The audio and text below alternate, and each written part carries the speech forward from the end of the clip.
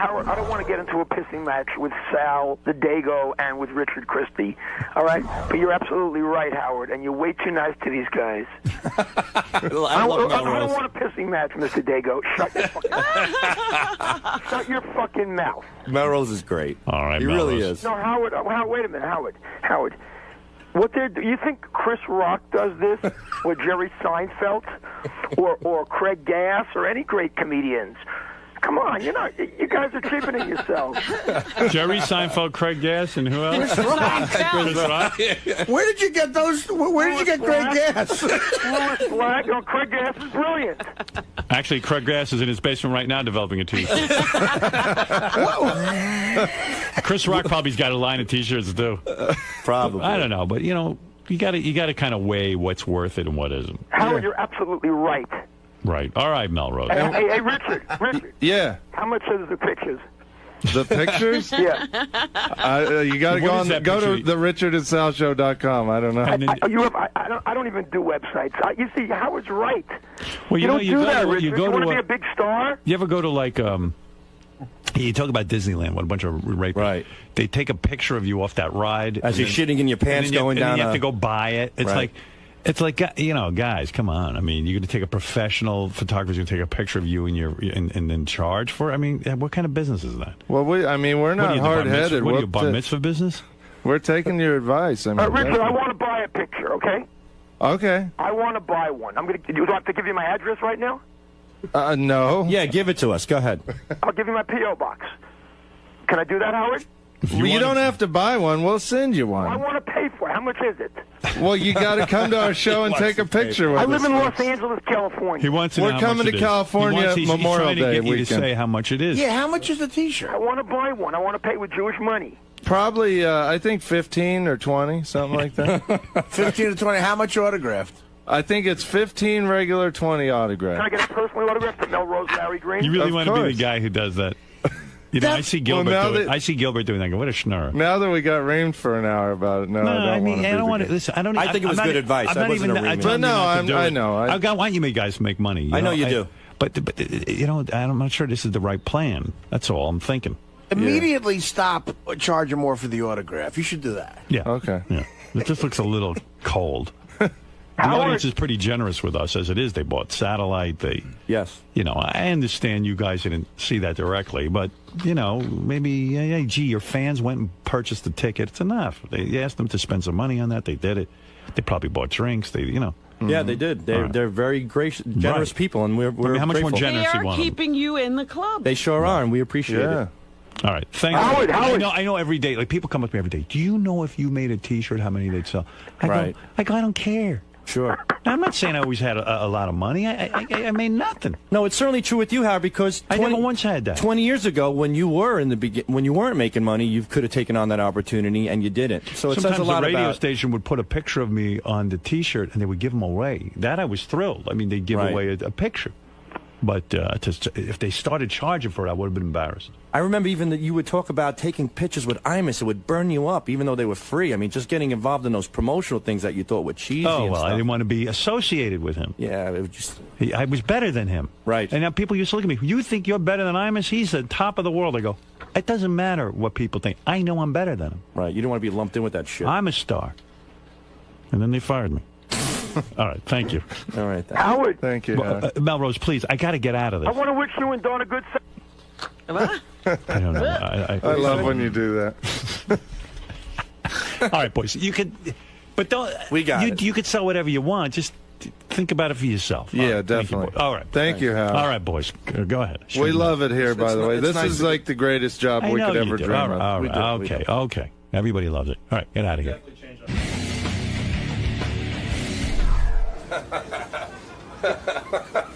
Like a therapy session in there. Do you feel better? Yeah. Do you? Of course. When I'm with you, of course I feel better. Such a great guy. He really You're is right, the best. Sal? Yeah, I'm fine. What? They're playing Beat My Life. So what are you guys going to do about I it? don't take Howard's advice. I'm fine with not selling anything. Me too. Absolutely, man. You know, we went this long without selling stuff, and I see Howard's point. It's a good point. I'm fine with taking everything. Howard hit the nail on the head. Look at the empire he's built just on his talent, not side shit. and we have to focus more on that. You know, that's primary. Yeah, we would never sell like cookies or anything like that. I mean, we might sell T-shirts, but never cookies. Don't drag me into it. Why, you selling cookies now? Don't drag me into it. You know what you should do is you should charge for your cookies, but then charge an extra $5 to autograph it with like sprinkles on it. Don't deflect to me. I would buy an autographed Lisa G You're cookie. deflecting to me. Are you worse than Limbaugh and O'Reilly? Nobody's worse than those assholes. Well, that's what Howard said. We're trying to make people laugh. We're not yelling and like Limbaugh and O'Reilly is. So is the store going to come down then?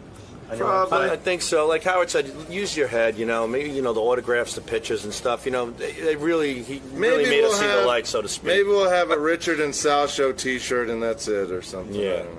So, are you going to take Howard's advice and try to get rid of some of the negative people in your life? Like your wife and no, my wife's Ian? not a negative person. Don't deem her as a negative person. I don't want that. No, I'm not saying. That's kind of what Howard was saying. No, I think Howard was definitely going overboard. Richard sees myself and my wife, and we have our problems and stuff, and we're trying to get past it. But I just want to start getting rid of, just like slow down on the internet, slow down on the emails and all that other stuff. I just want to focus on people who are important to me, like Richard, and that's it. I just want to focus on my work, This guy, it's his birthday today, but I got to tell you, being with him, it feels like it's my birthday, too. Oh, thanks. So it's nice, Too well for it. But he is really the best, man. You are too, buddy. And being on the road with him on the weekends and stuff, I feel like there's a sense of comfort. You know what I mean? Like, it's like, when you're with family and stuff, that, you're out there, there's a lot of strangers, there's a lot of great people, but you really don't know them personally. But there's always somebody you can sit down with at the end of the day and discuss things, and that's where Richard is to me. He's somebody that I feel relaxed when I'm around Sal. Instead of normally drinking 10 vodkas on a plane, I'll only drink 8. Right. I'm with Sal because he relaxes me. There's nothing funny than sitting on the plane, putting your head back and hear clink, clink, clink, clink. You hear clink, clink, clink, clink, clink, clink, clink, clink. And I turn to my right, and it's a sandwich bag with 15 vodka bottles, and Richard's going clink, clink, clink, clink, clink. Clink, clink, clink, clink. And this is while the plane's going up. This is where you have to be buckled up, your seat has to be upright, your tray table has to be in. He drops the tray table, he hugs it, he takes the bottles out. It's just one of those quirky little things. And I'm the guy next to him supporting him in all this. Yeah. I'm like, I know. I go, this is what my girl needs. Sal and Beetlejuice. Whenever I fly with either of them, they never give me shit about it. Back to work. We gotta get back to work. Okay.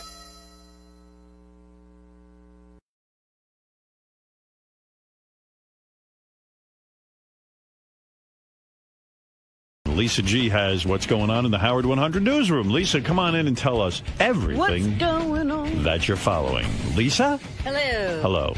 I saw that Ross got Lisa's card for Mike. Yeah, well, Mike wrote me an email. Oh, no. Saying, what about the, 6 of us, Ross and Melissa, You and Beth. And Lisa and Mike, him? Mike and Lisa.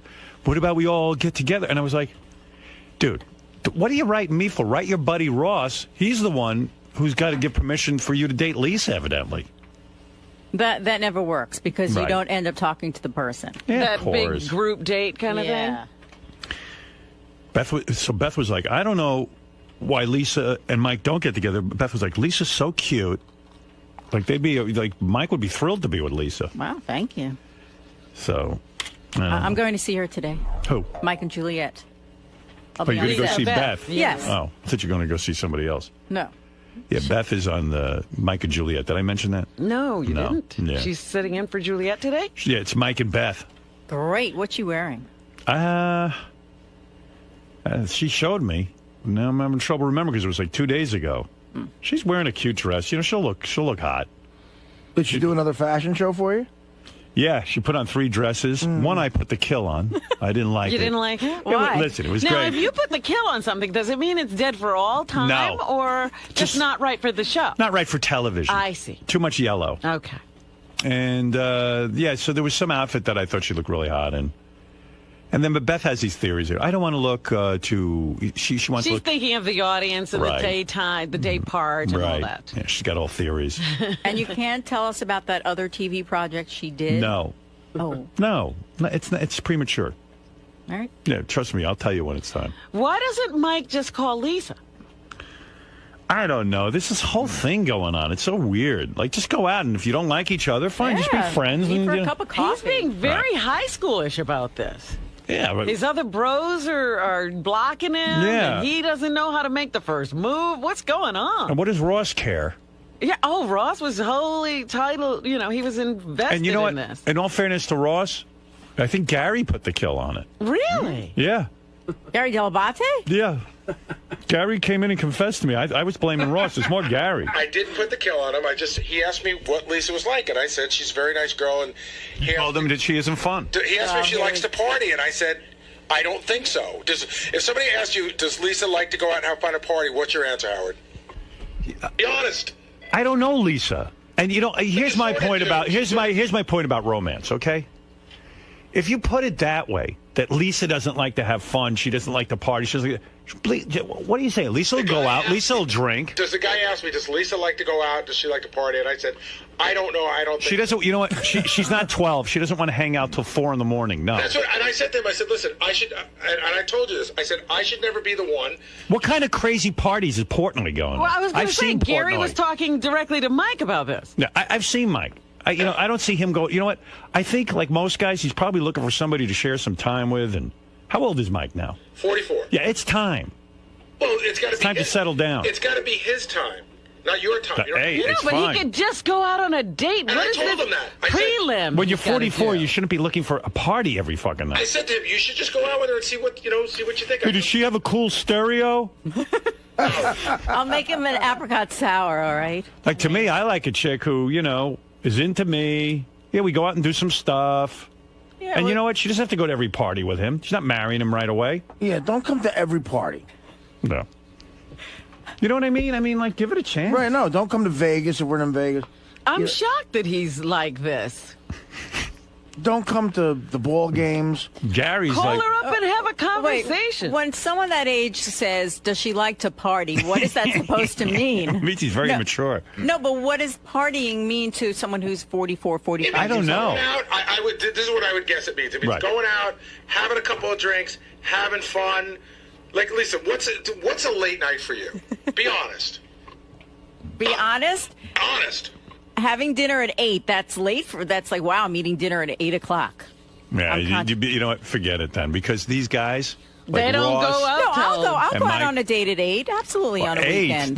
they don't get their heart started till 9:30. I've gone. I'd have dinner at 9:30? Yeah, they bitch when I make them go to dinner at 7:30, and it looks like I'm punishing them. You know, Howard, you're so right. They talk about, like, they joke, well, Ross jokes around, like, when we went out to dinner that night when you took us all out, Yeah. he goes, I guarantee dinner will be at 7, which is fine with me because that's Well, what by the I way, eat. just based on that information, Ross will never come to my house for dinner Oh, again. here we go. You enjoy Ross. You should shut the fuck up. You enjoy Ross. He talks too much. But Ross and those guys. Meanwhile, Ross comes over, he has a good time. No, but Ross has a great time wherever he goes. When those guys come over to my house for dinner, like by 11 o'clock, I throw them out. Absolutely. They all go out. I can tell you Well, that. I've go been out. out with Ross. They You go don't out. get to bed until 5 o'clock in the morning. Right. Ross always wants to, even at your wedding, Ross wants to go out after that part. I know. He's like my kids. Well, after Howard's New Year's party, especially, remember that? After your New Year's I threw party, everyone out at midnight. Yeah, right, and he was right there, man. Social director Ross. Right. We got Putting together the next venue.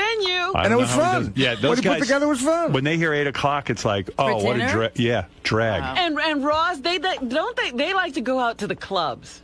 Yeah, they like to go to clubs. Yeah. Although I was thinking Mike might be past that, and maybe he just does it to hang with Ross. I don't know. I mean, they're like this, so he's going to the clubs because Ross is always going to the clubs. Yeah, if you want, would you go out to dinner at 9:30 and then go to a club afterwards at midnight? No. Yeah. I'd meet someone for a drink, maybe, at 9:30. But not Forget for it. dinner. You know what I'm calling? I'm Yeah, saying we this. got to put the kill on this. Ross is God. right. It's not going to work. I see what they do. Because Maybe you're they'll- like me, actually, because I know. I had a New Year's party. We went like this. 10, 9, 8, 7, 6, 5, 4, 3, 2, 1. Okay, everybody, leave. Yeah, the ball drops and the doors open. Happy New Year. Everyone out. Congrats. Get out! Can everyone go home now? I need to go to bed. Happy New Year. Quite frankly, I would have had you out of here at You know 11. how they have those sticks in Japan? We were being shoved out the door. Howard, that was the craziest thing I've. To give you an idea, all the way uptown, we were down. Lucy, you like that? Oh yeah, you practically turned the lights off and on. Lucy, you all right? No, that's so funny. Oh my god. It was like the doors were on a timer. Don't let the door hit you. Well, yeah, exactly. You want to know what, too? The night we were having that party, I remember I'm with Beth. And Beth's like wearing this sexy outfit and Yes, everything. I remember that one. And my cousin was catering the party and planning the party, and it was up in my apartment, and we cleared out all the furniture and everything. So I guess I said everyone could start coming at 7 o'clock in the hopes that by 5 hours later they'd be tired. They'd be tired and ready to go. New Year's Eve. It's like 7 o'clock, and I'm looking at my watch. It's 10 after 7. I go, these motherfuckers, I hate them all. And Beth goes, who? I go, the people we invite. She goes, what do you mean? I go, it's 10 after 7. The party is called for 7. And they're not here. I'm prompt. I go to a party when it's called 7 o'clock. But do you realize that some people look like a tool if you show up exactly like some people? Of course, but I'm nuts. I want them to get their party over with. The second I decide to have a party, I know it's a mistake. Because I'm like Lisa. I mean, if I was looking for a girl, I'd want a girl like Lisa. Hey, you know what? It's me. Eat up. Beth and I go to dinner, 7:30. We're done by 8:15, and we're in bed by 8:30. That's my night, and that's what I like. He's upset with Ross for saying that. Even Beth says that. Right, but Howard, when you were single, the hours were longer, weren't they? Not much. You were. No. I used to, one time we went out to dinner. I'm single, right? So the guys would say we have to go to dinner later because the clubs don't happen until midnight or 1. I couldn't accept that. So I would have dinner at 7:30. We'd be at the club by 8:30. We'd get there. 2 girls would be there. They're not even open yet. I'd say, who's the better girl? And then let's party. Let's dance. Let's have some fun. And then I'd leave by 9:30. I can't take it. You left the club at 9:30. People didn't show up till 11. Yeah. I missed everything. I would say the night of your New Year's Eve party, the thing that I'll always remember was it was right after 9/11. Right. You know, you're all the way, up pretty far. We got to Times Square by 1:15, and we were stopped. Dominic drove us. We got stopped every 3 blocks by the police. So that means we must have been in Dominic's car by, I'd say 10 after 12, 1:15. Absolutely. That was it. The party was Gary. You saw the countdown. Everyone said Happy New Year. What do you do with everyone? But there was You've been almost together 5 fucking hours. But there almost wasn't even like a get out a buffer like usually out the door. An early New Year's Eve party would be everyone out by 1, right, Robin? Well, no. You see, this is definitely some mismemory here. I have to step in. You guys were there till 1. It was 9 to 1 there. Oh, but he was pissed. He was pissed. I don't know about that, but everybody wasn't going. I was tired. It was 9. I was like, all right, I know he wants everybody out of here. I'm making a big show of putting on my coat to leave. Gary, the party did go to 1. No, but people started leaving. I'm telling you, but they knew. Everybody who really knew you left. Well, that's true. No one was having any fun. The invitation, on the contrary, I thought that party was a blast, but it was 9 to 1 on the invitation. But usually with a New Year's party, a lot of times you'll give the question mark, 9 to, Right, 9 to whatever. That means it's the big party. Yeah, the party. But you realize if he wrote 1, that meant that was stretching it to his absolute max. Right. That's where you figure. Hey, I was being honest. But anyway, going back to Lisa. It was great for like 48 minutes. That party was great. Going back to Lisa and Mike and Ross and their partying ways. Sometimes I think Mike just goes along with Ross. That's why I thought Why Lisa... do you think that? Why they're great friends because they like to do the same thing. Yeah, maybe you're right. I think also Mike is, I don't think he's looking for a wild woman, but I think he's looking for somebody who can hang with them. Yeah, somewhere in the middle. I mean, Lisa that's why wants I think Ross might have been right. Like Ross was just saying, look, it ain't going to work. She ain't going to come out with us. She's going to be bitching by 9 o'clock that she wants to be done with dinner. And I can tell you, drop me off. The night that we all went out with Nick Manning, Lisa left. We went out to a club I worked all day. I was exhausted. She doesn't party. She doesn't party. Here's a you didn't go out with Nick Manning? No. I meant a bunch of us girls were all going to a club afterwards. I can't believe Lisa didn't go. And she was just like, nope, I'm going home after she did her interview. Howard, here's a question. It's still working. Ross and I were discussing this. I would never have this conversation with Mike, but Ross and I were discussing this. How long do you think you need to date Lisa to get sex? Not that long. I think it's at least a month and a half. You're wrong. I think you play it right, you'll be in your pants within 3 dates. 3 dates? Really? Yep. I disagree. I guarantee you. I gotta go, say, Gary. Lisa? You got to get it worked up. I mean, you got to, What do you say, Lisa? You know, that's a good question because I don't really know right now. I feel like I want to be someone's really good friend. I want to have a good friend. See, month and a half. All right, 5 days. That's a month and a half. If you date somebody for once a week at the beginning, it's about a month and a half. With that attitude, it's a year.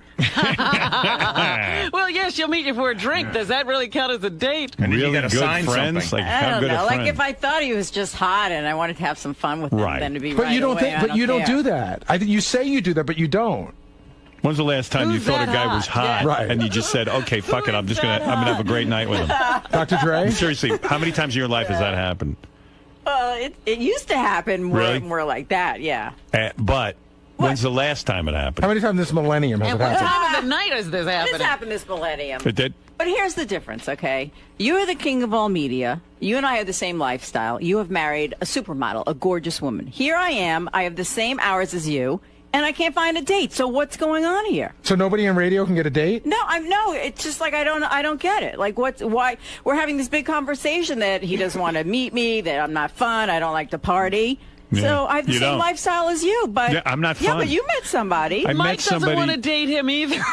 I met somebody who, Right. you know, I went out with a lot of people who wanted to go out every night and this night, but Beth didn't want to. Yeah, they date Howard before they go out. Right. You know, they go there and then they go out.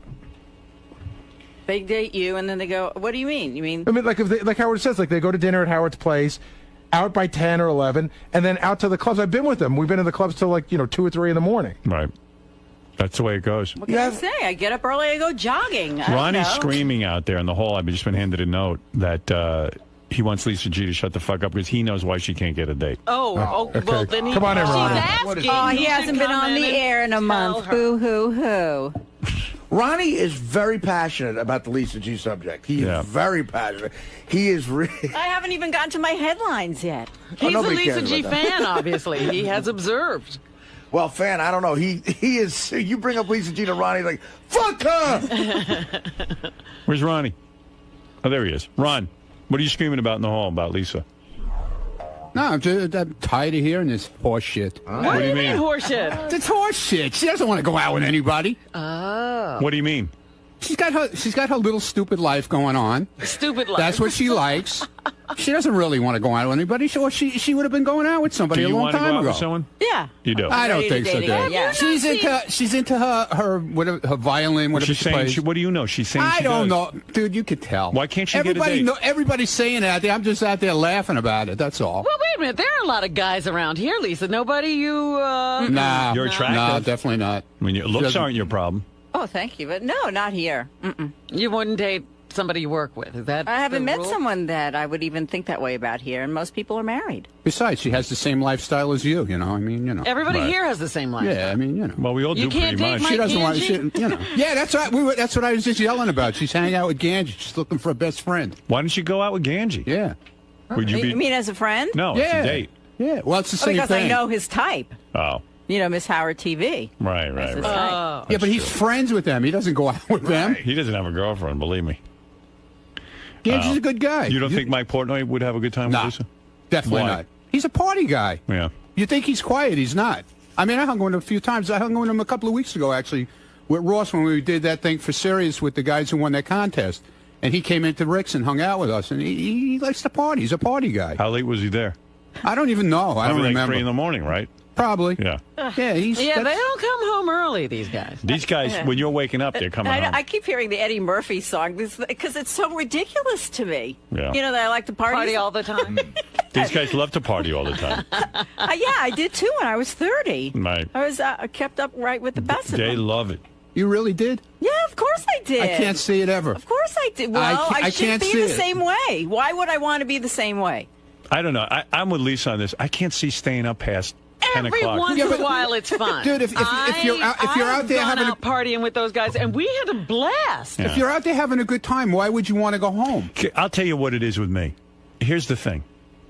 If I'm with a chick already, like I am with Beth, right? There's no reason No, but that's to go not to what a I'm talking club about. or anything. The only time when I'm on the hunt, as Ralph can tell you, I'm a different guy. Yeah, But right. you but you score and even then if you you go went home. home I score as quickly You went as home possible. early. You used to go. I And then I remember bring when you someone were, into my bed and we bang and we have fun. That's But- fun to me. Sex. Ross and Melissa, who are married, they go to the clubs and they dance. Ross sits there. No, they and- don't. They He stand there. sits there and she dances. Yeah, right.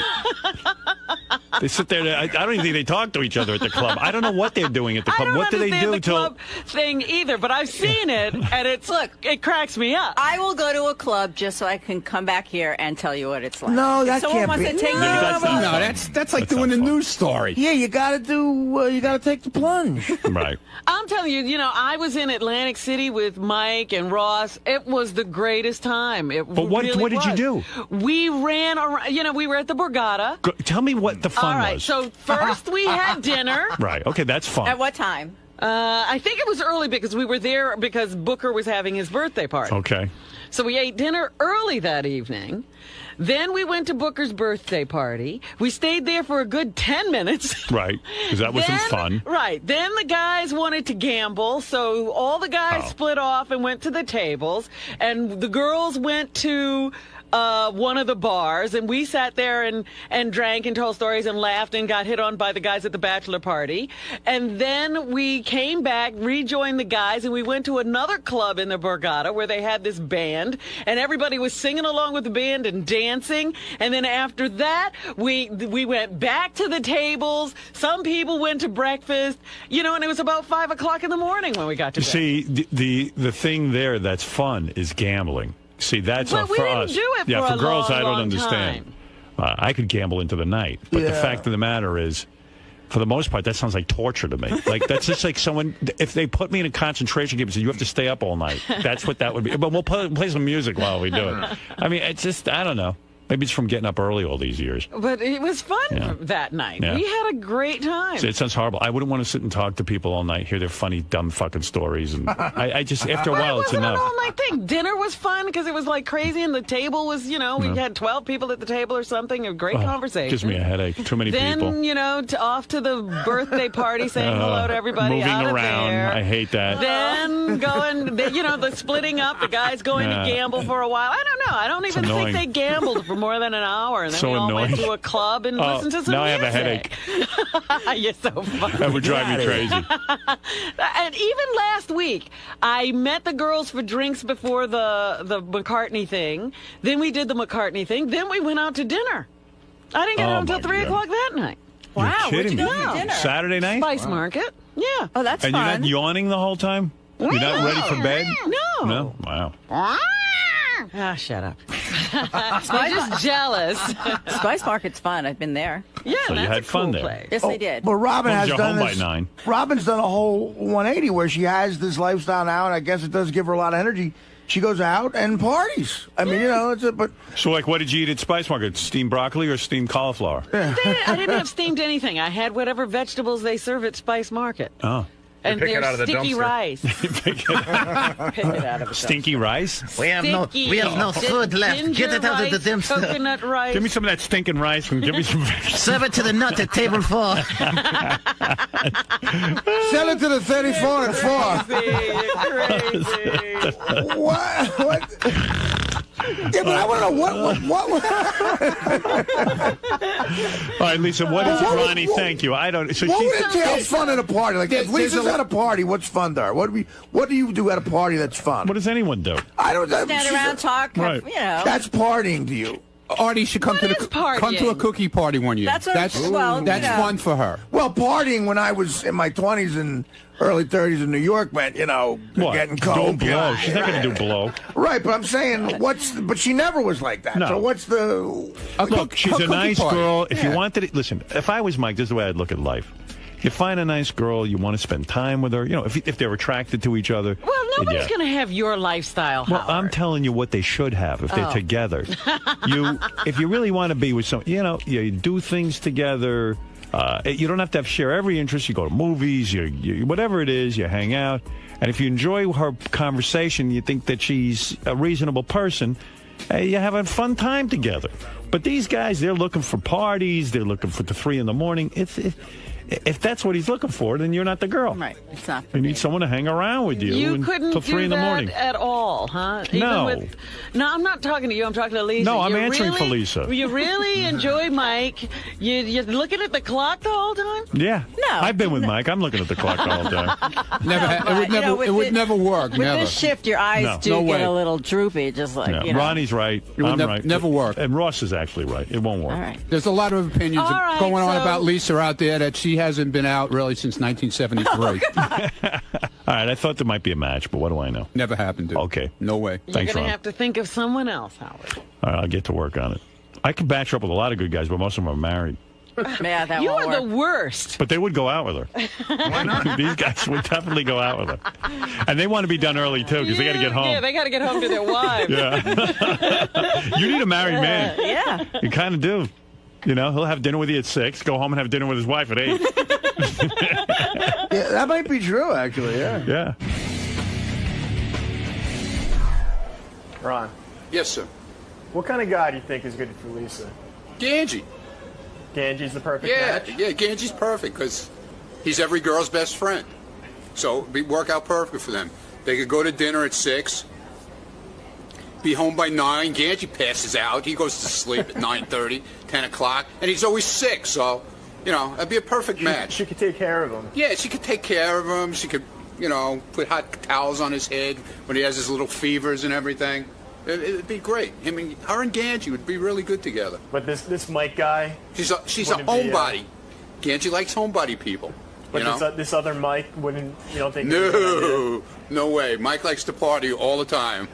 I mean, he likes to hang out, but he also, you know, party and hanging out. That's where, you know, it all comes together. What do you think Lisa would do? Like if he were to take her out and they went out to like a club, think she'd just She'd be go like, home.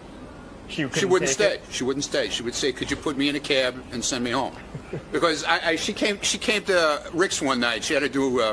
I was doing something there. And she was covering it for the news, and we invited her to stay afterwards. It was 8:30, and it was like, "Come on, Lisa, sit and have dinner with us, have a drink." Oh no, I got to go home. You know, that's her, man. You know, she's like 90. You know what I'm saying? I hear you. She doesn't have no step, man. No step. She's Look like, at you. I got step. She has no step. Pretty spry for an old dude. There you go. Oh, I got a voicemail. Who could have called me? Yes, hi. Maybe you got a date. Maybe I'll go out with you. No, it doesn't seem like Mike's going to be available. Well, Is what are that you a gonna little do? disappointing? No, because if that's what someone really likes to do, then we're not meant for each other. You're not so. the party type, right? No, I used to be when I was 30, so it's a little too late for that to go backwards. What about Ronnie's suggestion of Mike Ganji? No, I know Mike Angie's type. I am not his type, so. No, Mike's a lot of fun. Like all the guys here are a lot of fun. But I think of them more in a brotherly way, so. That's a story to be continued. What exactly? What type of guy are you looking for? What would be good for you? Someone like Howard. We have the same hours, so. It's hard to pinpoint it really is, but someone who works hard and someone who also appreciates what I do. You have to appreciate each other, so. And that's what Beth and Howard do. They really appreciate one another and they respect each other. She likes to jog, he jogs, he goes to bed early, she goes to bed early. So Let that's the it. truth be heard. Someone like Howard. That's right. What's so bad with Let that? the truth be heard. He's jealous because I didn't say Oh, Ronnie. yeah, I'm jealous. Yeah, I'm jealous. Yeah, I'm really jealous. Yes, you What are. am I jealous of? Then why did you say that? Because you always say that Howard's and so that Howard's not and- your Howard's not the guy that you fawn over that TV No, I don't screen. fawn over oh, him. you do. Come on, I'm give me a watching the break. screen. No, you You're fawn just all jealous over it. that you're not like him. I'm not You're jealous. not of the him. king of all media. Then I why are don't you wanna saying be the something king in of all front of? media. I don't Then wanna why be are the you king of saying all something media. in front of a TV camera, Ronnie? If you don't care. Because we're all making comments about All right, this. that's Everybody's right, and you making don't comments care. about it. That's right.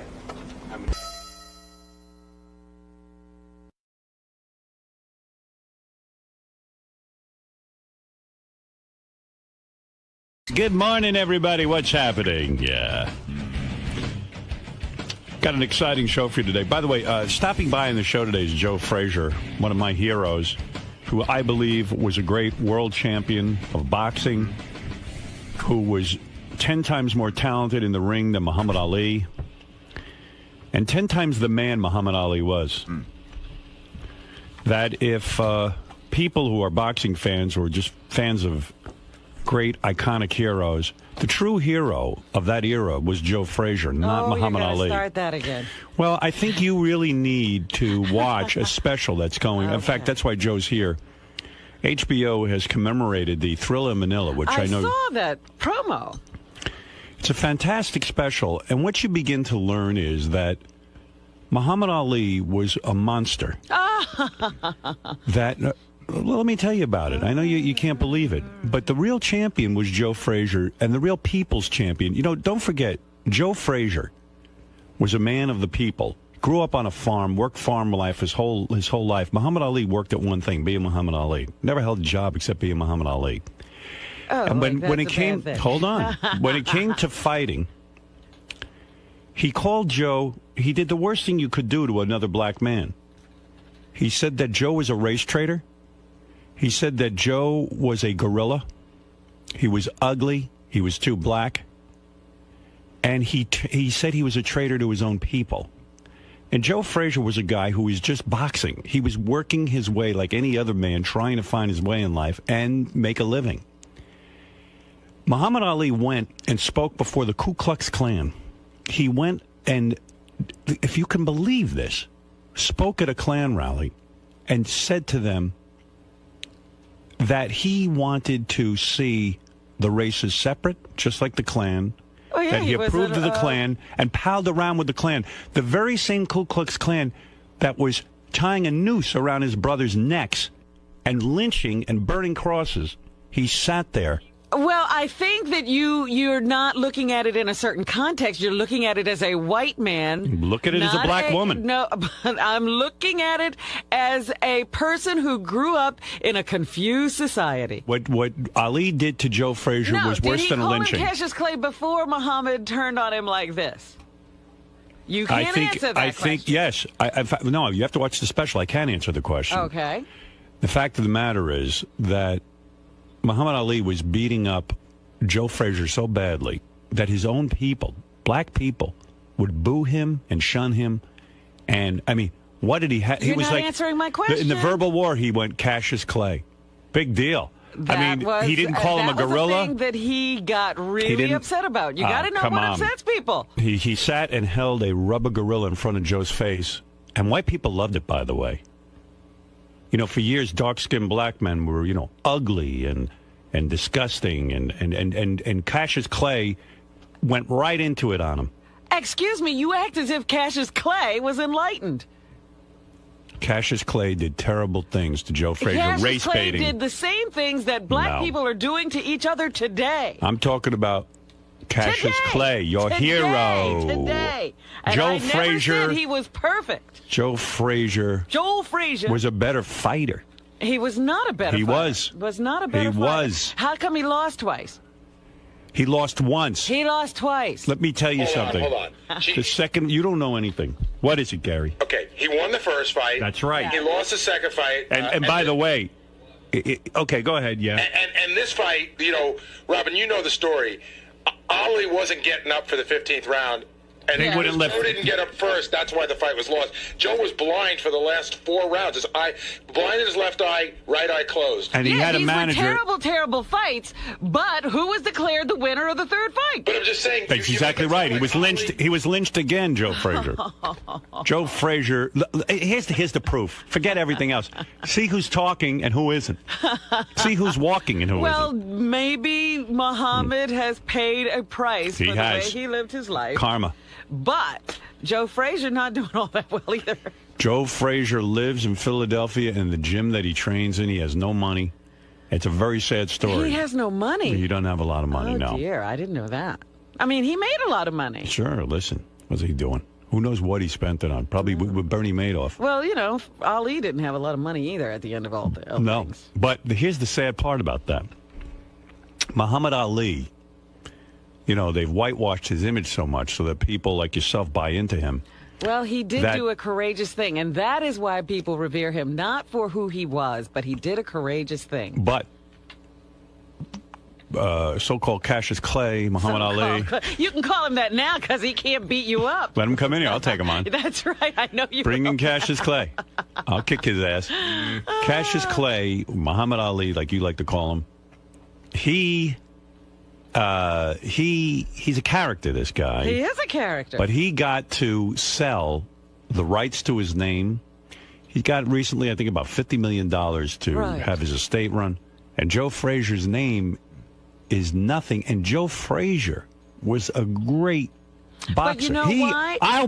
I'll buy Joe Frazier memorabilia. But you know why? You don't buy memorabilia. Well, if I did, I would. You know why? Because Joe kept the fight going. He never embraced Ali. When all of that was, run over and hug him and get your face in the pictures with him. Hug him. He kept that fight going. Joe's the best. Joe said, "You don't call me those names, and I don't forgive."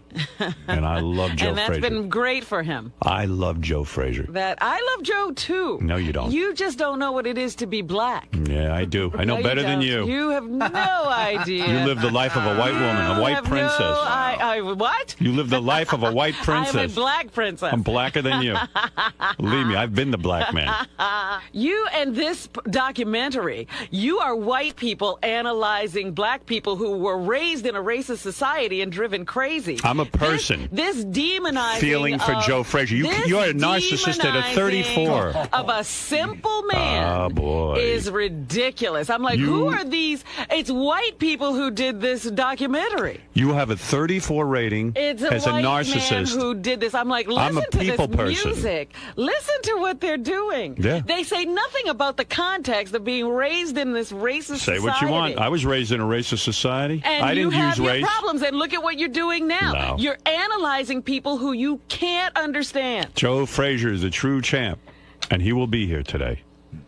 And by the way, as a woman, Muhammad Ali will not be here. He, by the way, doesn't have anything to say. He's in La La Land. Isn't Daniel Carver a simple man?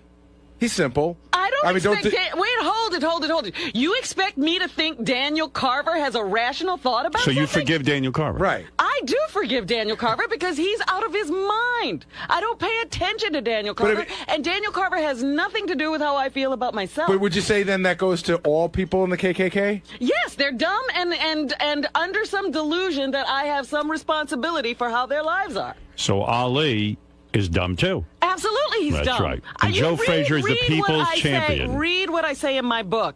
It's not that Ali was a great man. It was that Ali was someone we could relate to. We couldn't relate to Martin Luther King. We could relate to Ali because he wasn't perfect. So you don't... But he was brave. You're not angry with those guys who lynched people, are you? No, they're just dumb. Oh, here we go. All right, there you go. I'm angry at the entire society and the entire country. You know, when somebody, you got the wrong hero. When somebody raises their hand and says they've not always been proud of America, white people scream, "Whoa, you're not a patriot." Now you're using it the opposite way. Joe Frazier is the people's champion. Just remember that. And rewrite your book and put Joe Frazier instead. Brainwash me, hunky. Joe Frazier, the man. And don't you even talk to Joe when he's here. I won't talk to Joe when he's here. Because you're going to try to rile the poor man up again. Oh. Let him have some peace in his life. Wait till Joe gets here. This is so ridiculous. Do you know this During is the interview, face the wall. Shame, the wall of shame. Now look at you trying to master me and tell me what to do. Yeah, I've been trying for 20 years and you finally wised up. You won't listen. Whatever. Anyway, so Joe will be here. And we love having him in. And stop trying to demonize Muhammad Ali. Oh, I'm not demonizing him. I'm demonizing you. He's living his life, and he's suffering for whatever those crimes are that he did commit. Thank you. Well, now you're talking. He doesn't need you to be his judge. And you should feel... I judge him. You should feel inadequate to judge anyone during this era. Nope, I'm totally These out were of it. people, we were all fighting for our freedom at that time. By the way, Robin wants you to know Hitler was just a simple artist with a No, dream. Hitler was a maniac who come on, got he's your hero. who got control of another bunch of maniacs, and they all followed him. So do you ever get upset at anyone's behavior or no? Surely I get upset at the actual behavior, but you can't expect crazy people to have rational thoughts. Your hero, Muhammad Ali, Was a crazy person. is the wrong Driven hero. crazy by the society he was grown up. The wrong hero. You need to And so worship was Joe Frazier. Because for Joe to be subject to someone else calling him a gorilla is ridiculous. It shows a lack of character.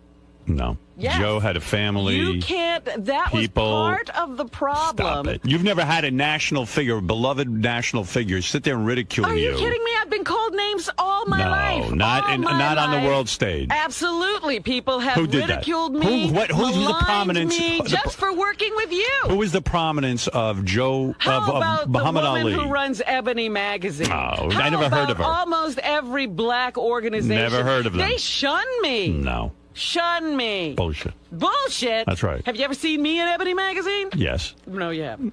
They had you behind bars in a cage.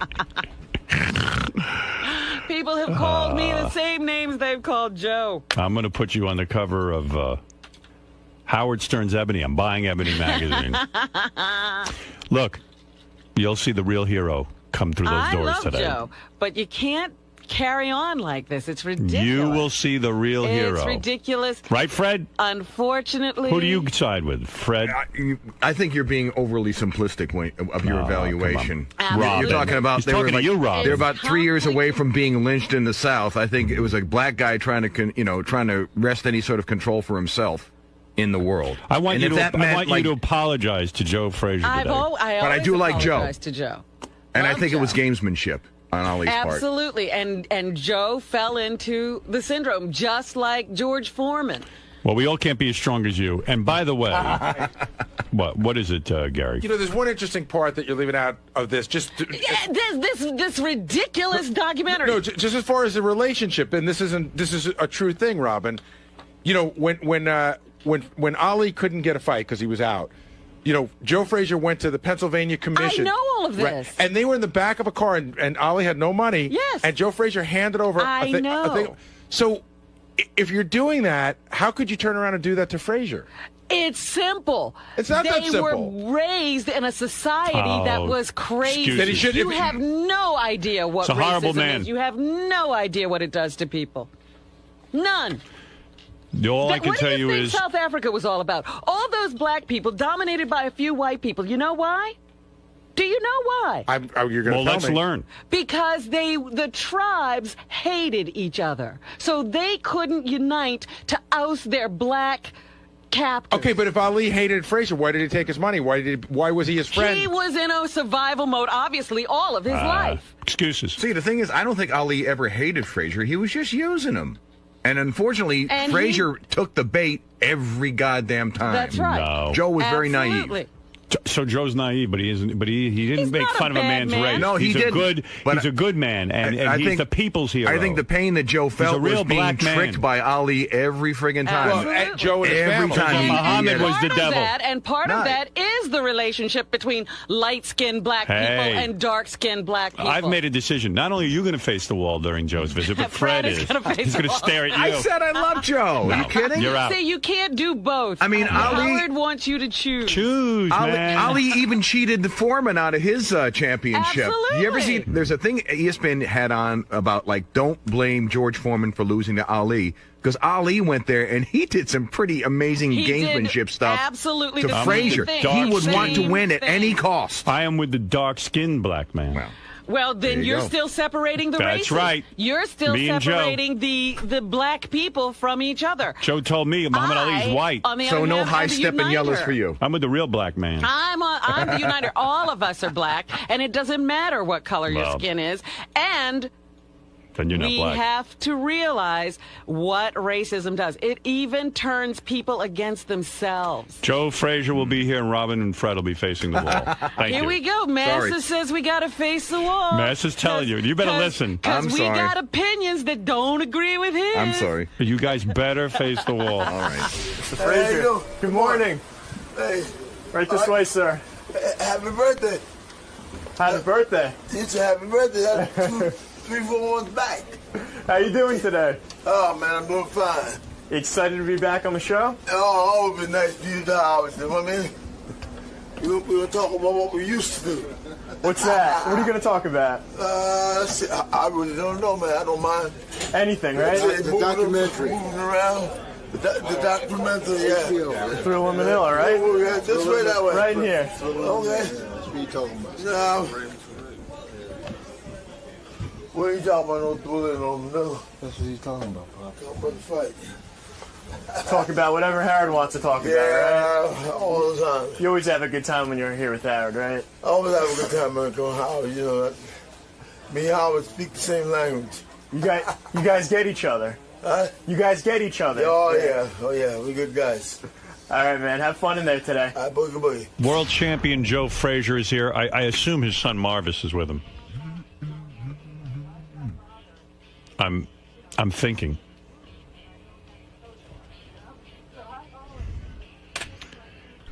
Joe is this man walking through the door this is the greatest boxer of all time. I don't care what anyone says. He's the guy left standing, not Ali or so-called Cassius Clay. This is the real champion, the world champion, the true champion, the true boxing champion of the world. And now, finally, there's proof. Hello, darling. Hello, lady. How are you? I'm just fine. How are you? Joe, that third fight, Thank you. Forget how we look. You look good. Okay. And your son looks good. The Lord been good to all of us. How are you, my friend? Oh, man, I'm doing fine since I see you. Let me tell you something. Yeah. You are a great man. History is now finally recognizing that you were the true champion of the people. You are the true black man. That's right. And you are the true Here you go, separating the races again. That's right. Yeah. That's what Muhammad Ali did to my man. And so you're going to perpetuate the problem. Muhammad Ali is a worse racist than a Ku Klux Klansman. Oh, you're ridiculous, because Muhammad Ali couldn't enslave people. He's what? A black Ku Klux Klan. He's a black Ku Klux Klan. Do you know? All he could do was call names. In your new, I want to talk to you for a second. Good. In your new special, this HBO Did you documentary. make this special? Right. You must. Thriller in Manila. Okay. All right. First of all, I learned a few things. This Cassius Clay. Yeah. Oh, I wish he could beat you up. He can't. I could kick his ass. No. I'll fight him right now. All you do is mention my name. Don't worry about it. Cassius Clay went and spoke before the Ku Klux Klan and said that the people should be separated. Yeah.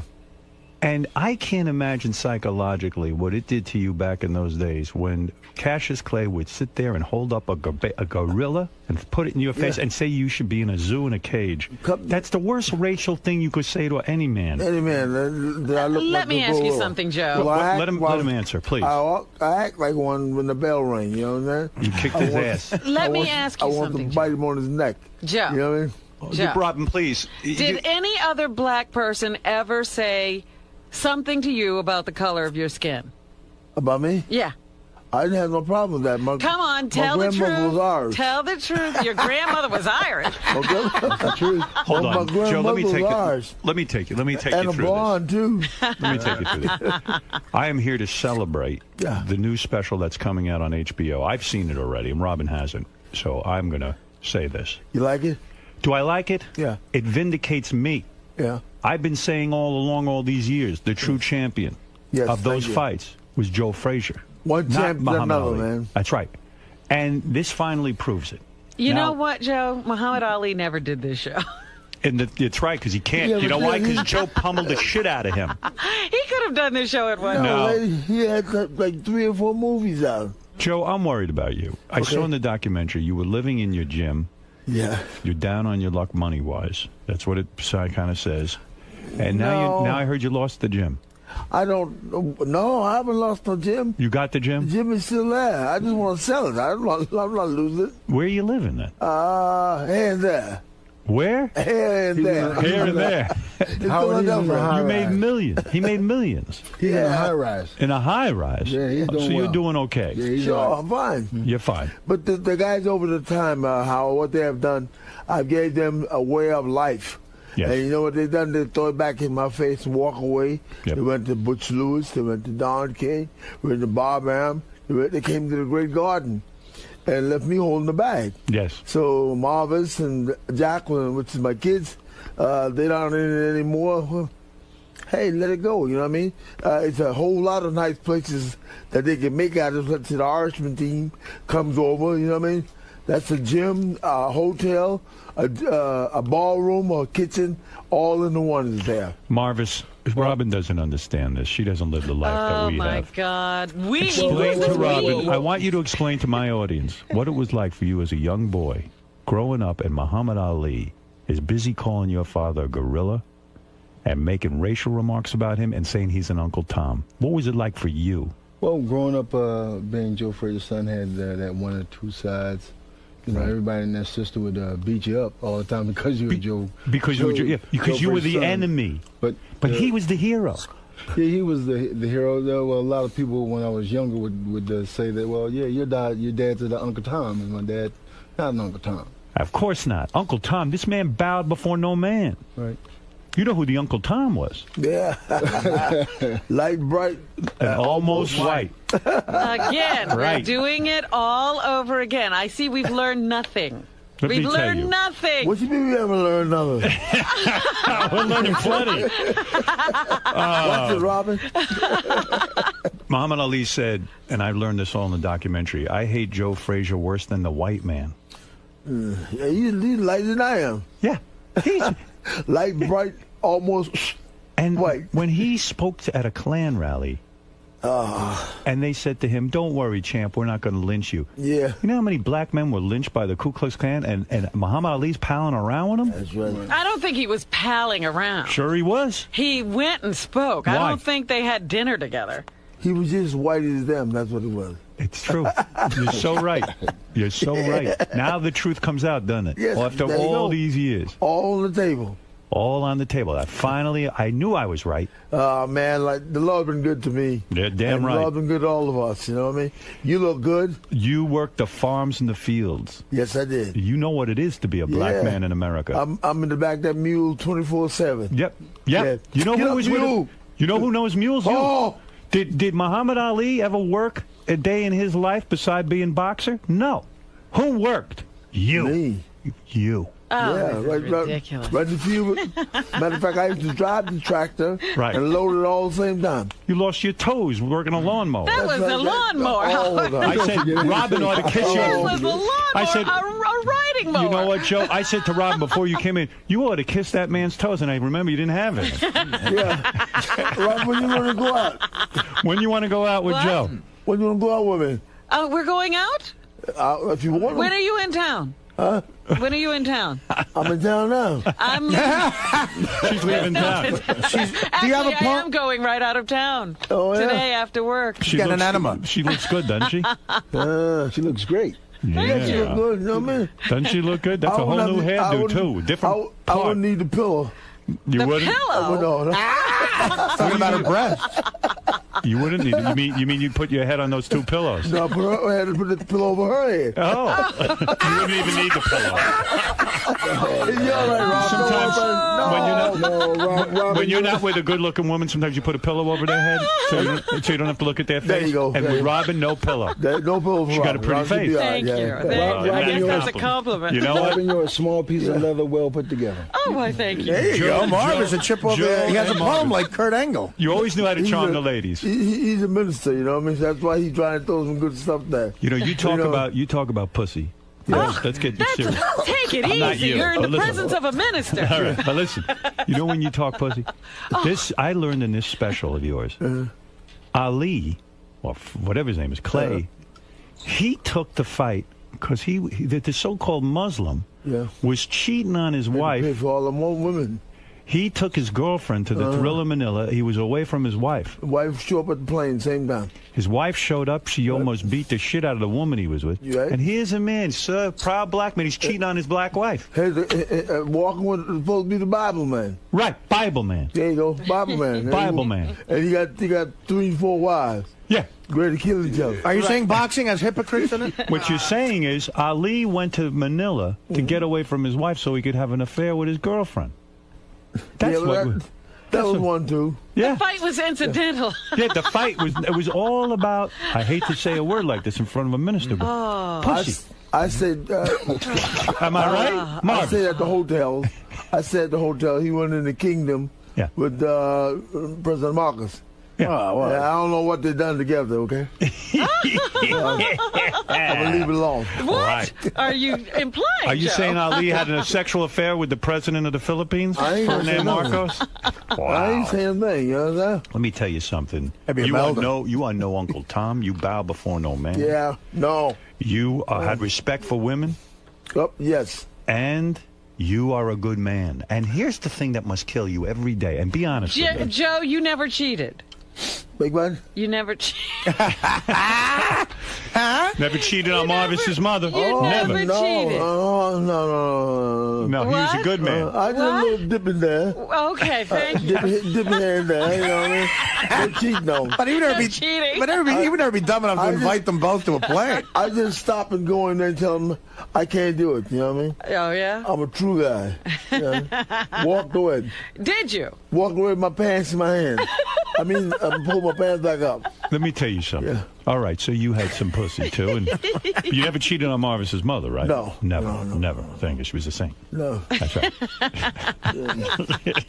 I hope not. Yeah, you know, like, the more what you have to do, like, you know, Marvis is watch praying. because you don't know who's looking at you, you know what I mean? At the time. Right. You know? Well, you were the champion, and you beat Ali the first fight, hands down. There's no question. I beat him all 3 of them. Exactly. Okay. This is my point. Yeah, okay. Second fight was a farce. Yeah. The third fight, he was done. You had that fucking manager, or whatever he is. He told you not to get up and fight. Yeah, well, he's supposed to look at you. Had it won. He wasn't going to come out because he's not thinking about 71. We're going to crack him on the jaw again. You know what I mean? You went the full distance. Ali even admits he couldn't get up for the last round. And what are you, manager or something? My trainer manager. Do you hate this guy now? No. Well, see, once you make that groove in the corner, along with the trainer, other people who are part of you, you want to stick with him because he might see something that you didn't see. And everybody's alive today because of it. Well, everybody's alive today because of it. The two of you could have killed him. Everybody's alive. Alive. You're alive. That guy ain't alive. Barely. Oh, stop it. Ali's barely He's in there alive. somewhere. I know it. He's not, well, he may be alive, but he can't walk. There's a special coming out on HBO. It's called Thrill in Manila. It'll explain everything to you. You must watch can't this. wait to watch this. Champ. Boy, you should hear some of those clips, Artie. The guy makes Muhammad Ali sound like the devil. He is the devil. Well, listen, he was the devil. What he did to his fellow black man here we go. is unbelievable. Here we go. Like he was the If I only walk one. up to a black man and I say you look like a gorilla, I They would do be. it every day in the black community. No, Stop it. come on, I don't care. You don't do that on the world stage. They do. I would say this is about the first time that the film has really portrayed the side of Joe Frazier. John Dower did a fantastic job.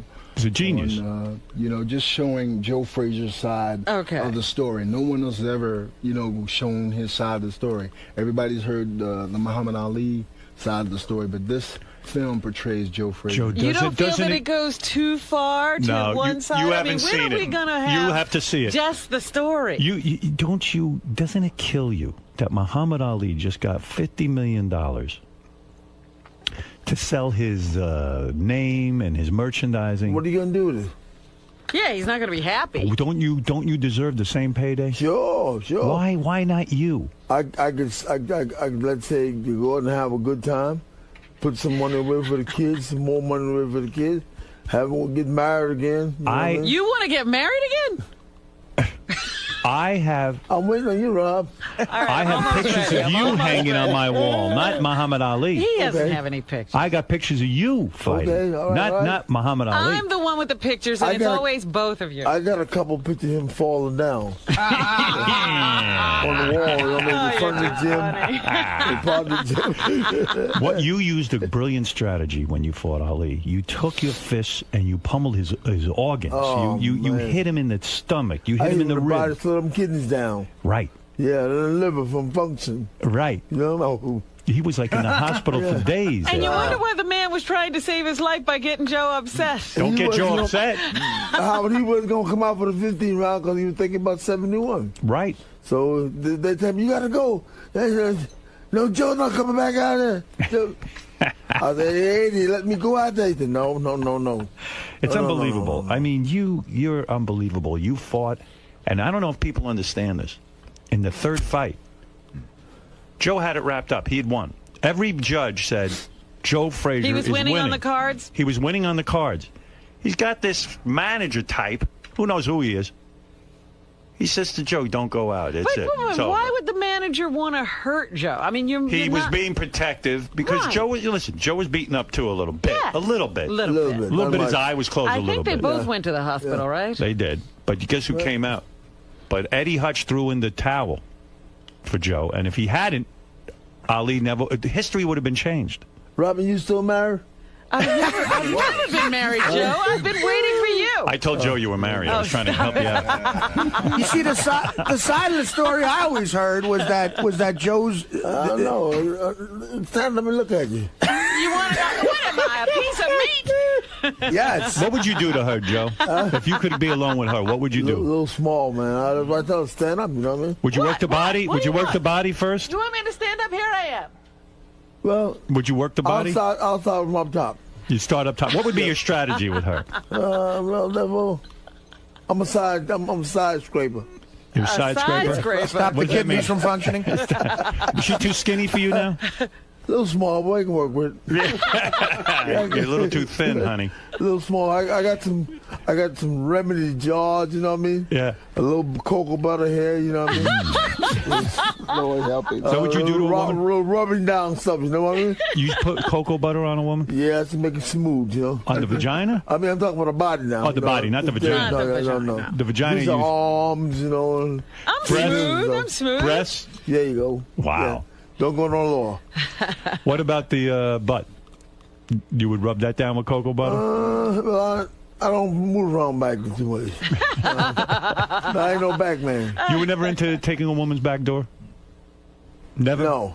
That's not your thing? No, they got many ways to use that. I'm with you. You can't go back there. It's dirty back there, quite frankly. Yeah, you don't fool with that at all. Not with me. Did you ever accidentally enter a woman back there? Like you meant to go? Did you ever mean to go into the vagina and then suddenly you realize you're in the back door? No. I had an accident like that once. No, I'm a straight aimer. You're straight. You're a better man than I am. Well, you're the champ. You're the champ. I'm a straight guy. It seems like Joe's doing fine. Yeah. Yeah, I tell you, boy. No, not back there. No good. All the women you've had, man, you could write a book just about that. I've been pretty clean. I've one, two, his mother. Right. A couple more. You know. That was it. You know, I keep it what clean. Number would I be? I don't want the kids to look at Daddy as a bad guy. You know what I mean? If Robin was to make love to you, what number would she be?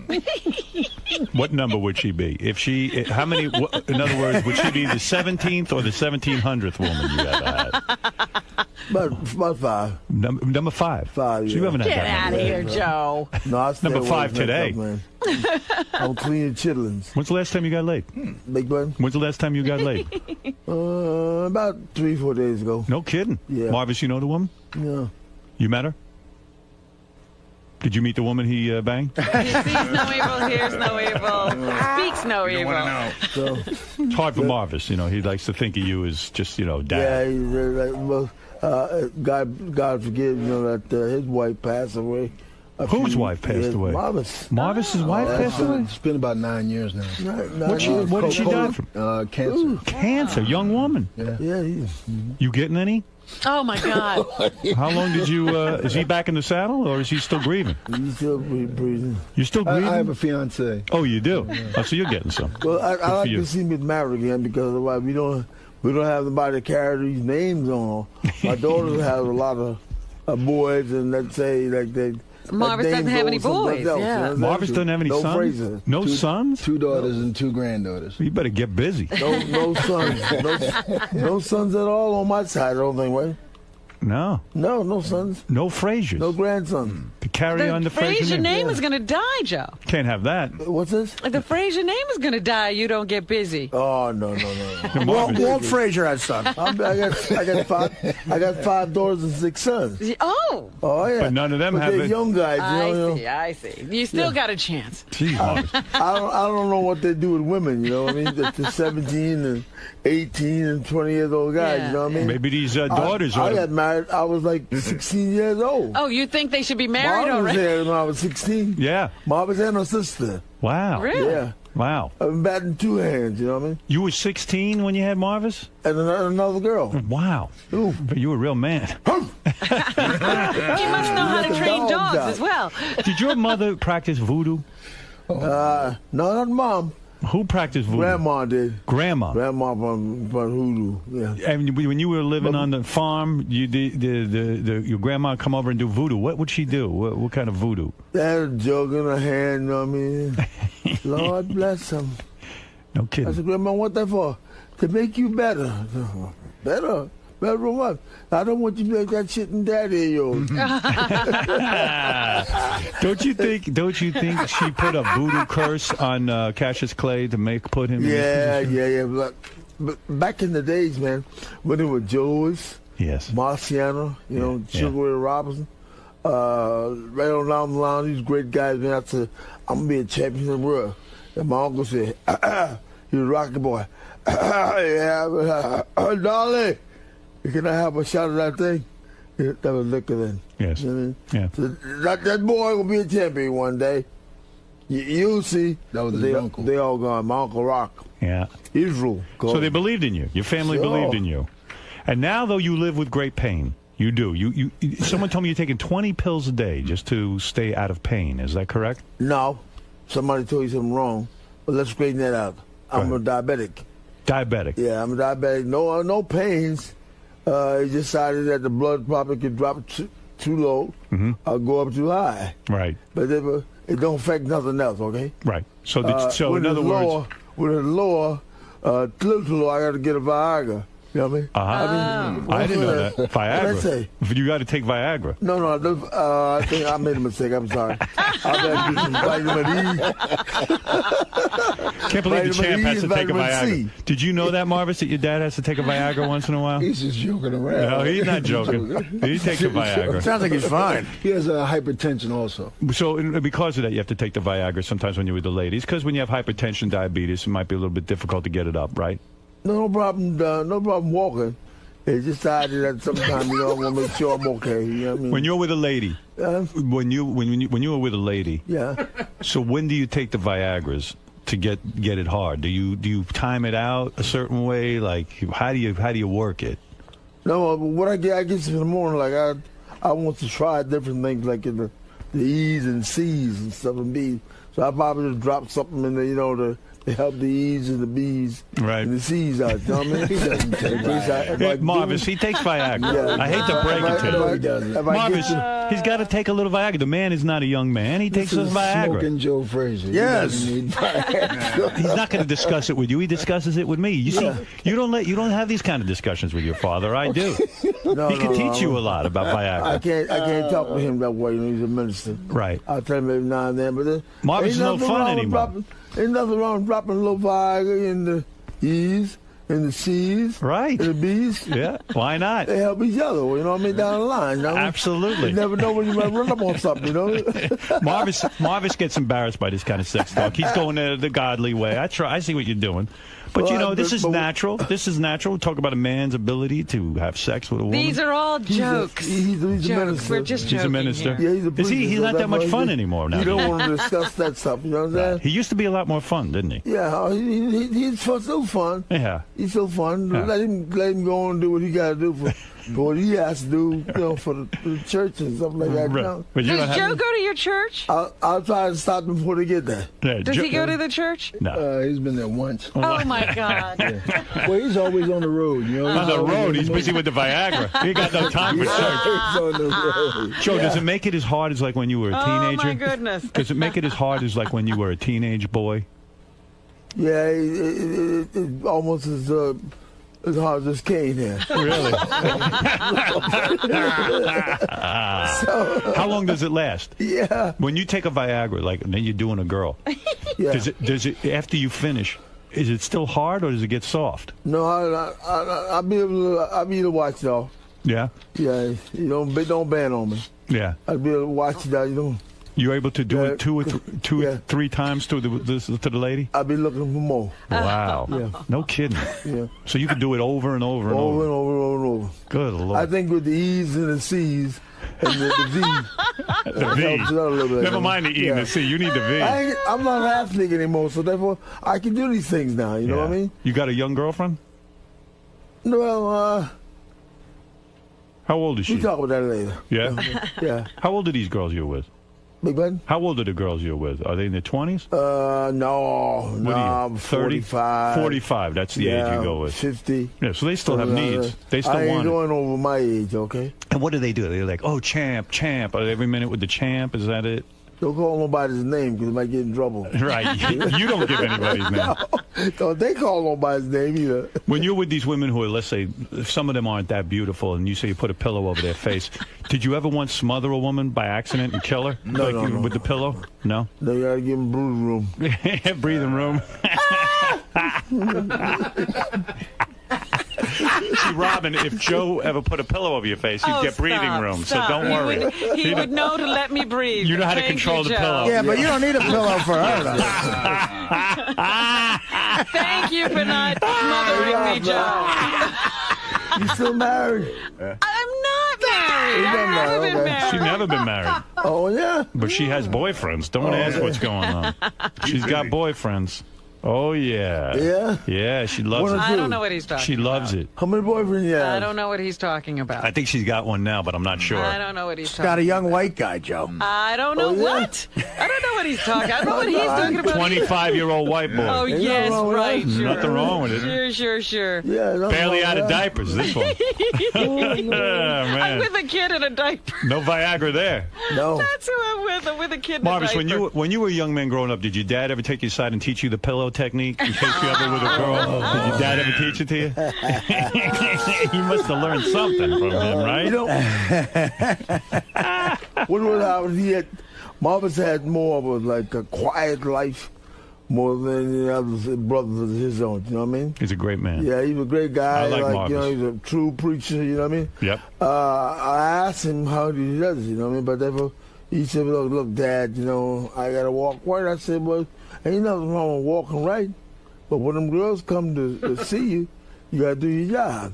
Oh my! Right. This was your fatherly advice. You're a good father. Why not? You sat your son down and you said, when the girls come, you got to do your job. Your job. That's what it is. I mean, Yeah. they ain't coming around you to shake your hand because you got a couple dollars. Right. They want to get beat up. I didn't say eat up now. I said beat up. Right.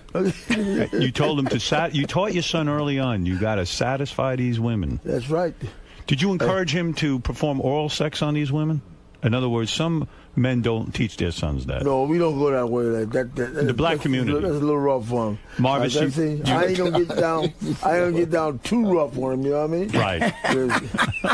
There's some of the things they ain't gonna tell you no way. You know what I'm saying? You never licked a woman down there, right? You never did that. You never sat there and licked them. No, I never go that low down there. You never went down there. I stay above the navel. Above the navel. And you taught your son that too, right? I hope you did. Marvis, you go below the navel? Wow. Why not? No, man, no. Oh my goodness. Marvis is more beat up than when he fought Tyson. Down goes Frazier. Do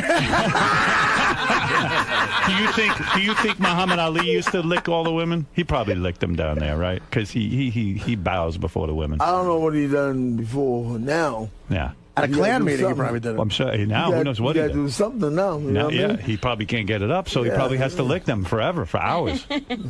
Do you think that his wife or someone has to like he just has to lick her for hours because he can't get it up? Because of what you did to him? I'm not sure what that's all about. You know what I mean? But you're still giving it to I him. respect him and the wife on those parts. I don't really know what they're going to do. You know what I mean? Yeah. Whatever he do to make us stay, let him keep on doing it. Right. You know what I mean? Better luck to him. I don't think Viagra's helping him. I do what I got to do, okay? Right.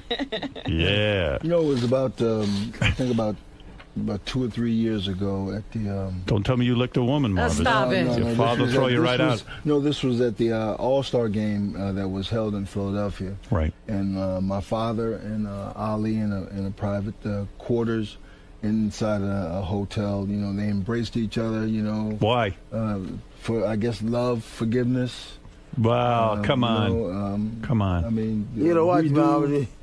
I wouldn't have. He talk around, you know what I mean? I wouldn't have hugged him. Yeah, he talks around, you know what I mean? He can't get directly straight to the point, you know what I mean? He didn't look at you. Yeah. He hugged you, but that's all right. did he look you in the eye? No. Yeah, I'm still the father, so you got to be careful. Yeah, damn right. Yeah. It wasn't sincere, was it? Yeah, he got a good job, and he's a good minister. You know, he's good for the kids, you know what I mean? Yeah. And he goes to the prison, he goes to the church, he goes to the community. Right. But he can't make you forgive Muhammad Ali? Is that what you're saying? He probably. You want to go get him?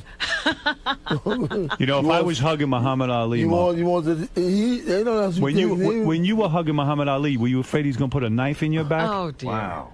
I bet you checked him. I hope somebody frisked him first. I hope somebody frisked him. I wouldn't have hugged him. Any man who called me a gorilla says he put me in a zoo. No hug. Sorry. Howard, you know what? You're such a hypocrite because you spend all your time now apologizing to people. I apologize to one person. Two people. Yeah. One person. Soupy, and who was the other guy? Another and there guy. was a third guy. No. Yes. No. And you say I was vicious. I was wrong. He was not treated well. And those people were not treated well by you. Didn't you go to President Nixon and beg him to let Muhammad Ali fight? That's what driver's license he gave him. That's right. You got Nixon to give Ali a driver's license? No, boxing license. You gotta get all his license together. They took driver's license. They had everything. Took license to fight. Yeah. And he didn't take a married license though. No, can't get that one. Joe, so you're in the presence of a real man. You made up with Ali, and Howard made up with Soupy Sale. I was Ali. They should have put Soupy in a cage. That's right. That's right. But you know, what we're all about, Howard, is that, you know, we know he's in bad shape now, you know, after all the fights and stuff. After you. I hope that the Lord forgive him, you know, and help him to get back where we at so we can enjoy life a little bit, you know. Well, it ain't happening. You took care got of business. You took days around. You took care of him. So therefore, you know that he come on out and enjoy some of us, have fun together. Your 2 fists put him in that condition. Well, let's say I had 100 fights and I lost 2 to George. We can go to something else. Yeah. 2 to him and all the other guys I beat up real well. Yep, real good. You were the champ. You were the true champion of the world. Listen, you guys are great. I really want everyone to watch this special and learn the truth about what happened in Manila and who the true people's champion is. And the only way you're going to learn... What is the special called? Okay, it's called Thriller in Manila. And it stars Joe Frazier, the true champion of the world. Now, when you see this, prepare to have your world rocked. You're going to learn the truth.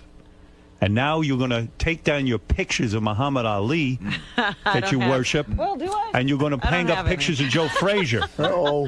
And the picture you have in your book, you're going to do a reprint of your book, Robin. I am. And you're going to put Joe Frazier's name. Joe never gave me a picture. Well, we'll get you one. I'm going to get you one. I'm going to get you a naked picture of Joe Frazier after he takes his Viagra. Hey, Rob, we can go out boogieing. All right. We're going to boogie? We can boogie out. Yeah. You are a great man. 10 years ago, Howard, he wouldn't want to talk to me, you know? Right. Give me a hard way to go, you see? Right. And when we get a certain age, you know what I mean? And I went, oh, well, you're going to take me out with one of these days. When did I say that? When she was younger, she was always blowing you off. Now all of a sudden she's begging you for it. Oh, yeah. Right. Robin, did you ever think when you were a little girl, you would grow up one day? I am begging, Joe? Yeah. I resent that. Hey, Howard, it's always nice being with you, man. It's great being with you. You are the champion. Robin, did you ever think when you were a little girl growing up that one day you'd be sitting with Joe Frazier, the true people's champion, Never. and that he wants to have sex with you? Oh, I never dreamed. That he'd want to have sex with you. Well, you should have sex with the champ. Both of them did. Both of them did what? Muhammad and Joe. What about See, him? I'm the one who's beat both of them. They both wanted to have sex with me. Muhammad wanted to have sex with you? When I got that picture, he was coming on to me. He was. Robin, you too dark. Oh, no. You're too dark for the He champ. might not have married me. He might not have married me. Cassius but he wanted me. Clay won't do you. You're too much of a black woman. Robin, remember the first one you had looked like you? They stayed together one day. Are you saying, Joe, one night. each one of Muhammad Ali's wives got lighter and whiter as he went along? Light, bright, damn near white. Right. So the point is, you were always with black women. Dark-skinned black women. All my ladies was dark. All your ladies. Everybody, Muhammad was wrong for drawing these lines between himself and other blacks, but we're fine. I love how Muhammad Ali is calling this great man an Uncle Tom. Meanwhile, he's out banging these white chicks. He was banging black. This man was banging dark-skinned black women. He loved the black race. Oh, yeah. I might change as time go by, though. You know what I mean? His wife now is almost a ghost. You're going white on me now? Yeah. Light, bright, damn near white. That's right, Marvis. Your new stepmommy's going to be white. A white woman bossing you around. That's all right. That's all right. You don't care. Call me Mom. That's all right. As long as Pop's happy, right? Yeah. I got one lady in the movie, you know, that been with me like 40 years or more. You know, she does a fine job. Yeah. Who is that? Your traveling companion? Well, traveling companion. Let's say my secretary. Were you having a sexual thing with her? Let's say my clothes lady. Yeah, she does a fine job. But did you guys have sex together? No. We always knock on the door when we come in. You know what? When you see this TV show, there is a white woman who seems to travel with Joe quite a bit. She's been in like 40 years with me. Yeah, I got the feeling that she's everything that I need to be done. I got a feeling she's like a wife to you, like a lover. That's the way it seems like sometimes. Yeah. Marvis, what do you know about this? What do you think about this? You keeping your lips sealed? She drives the car. She makes the bed. She cooks the food. You love her, don't you? You love her. Huh? You love her. I love her. Yes. You do. Yes, I love her. Wow. Because she go where you want to go. You don't have to drill a hammer in her head. Tell her you can't go today. She listens. Where do you get a broad like that? She's like, can I go? No, you can't go. I'm going Howard. Be that come back. No problem. Wow. She listens to you. You found a woman who listens. Make sure that I'm clean. Right. Sharp as a tack. Right. You know what I mean? No problem. Good woman. Good woman. You're not kidding. What is it, Gary? Champ's got to go. All right, listen, Champ. We love when you're here. Always fun, Joe. Come see us again, Marvis. Pleasure having you, of course. Marvis, bless you. Always nice to you, man. Do me a favor. Next time you're here, you bring a pillow with you. You teach us that technique. How to put the pillow over the woman's face. Okay. You can use Benji. Enough air to breathe. That's all. You'll practice on Benji. You'll show us how to do it, all right? We're not breathing here.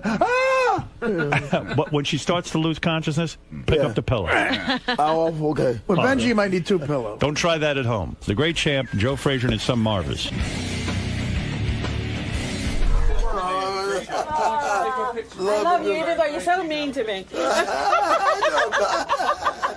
You did a fine job. Joe, hey, Joe, champ, can you watch your foot a second? You're right tangled up in here, and I don't want to see these. Mr. Frazier, how was it? Oh, man, that was good. It's always nice being with Howard. You know? You always have a good time, right? Yeah, we talk the same kind of language. there's a lot of sex talk in there. Oh, yeah, he go from A to Z. I can handle it, though, you know what I mean? Yeah. Is it a little awkward with your son there talking about sex and Viagra? Good luck. About what? Is it awkward talking about sex with your son sitting right next to you? No, he's a grown man. It's all good, right? He's almost old as I am. So, we didn't get filthy. Not that bad. Not that bad. Just like some stuff was saying that it really happened to the men and fathers, you know, and sons. So we can talk that way. Boom.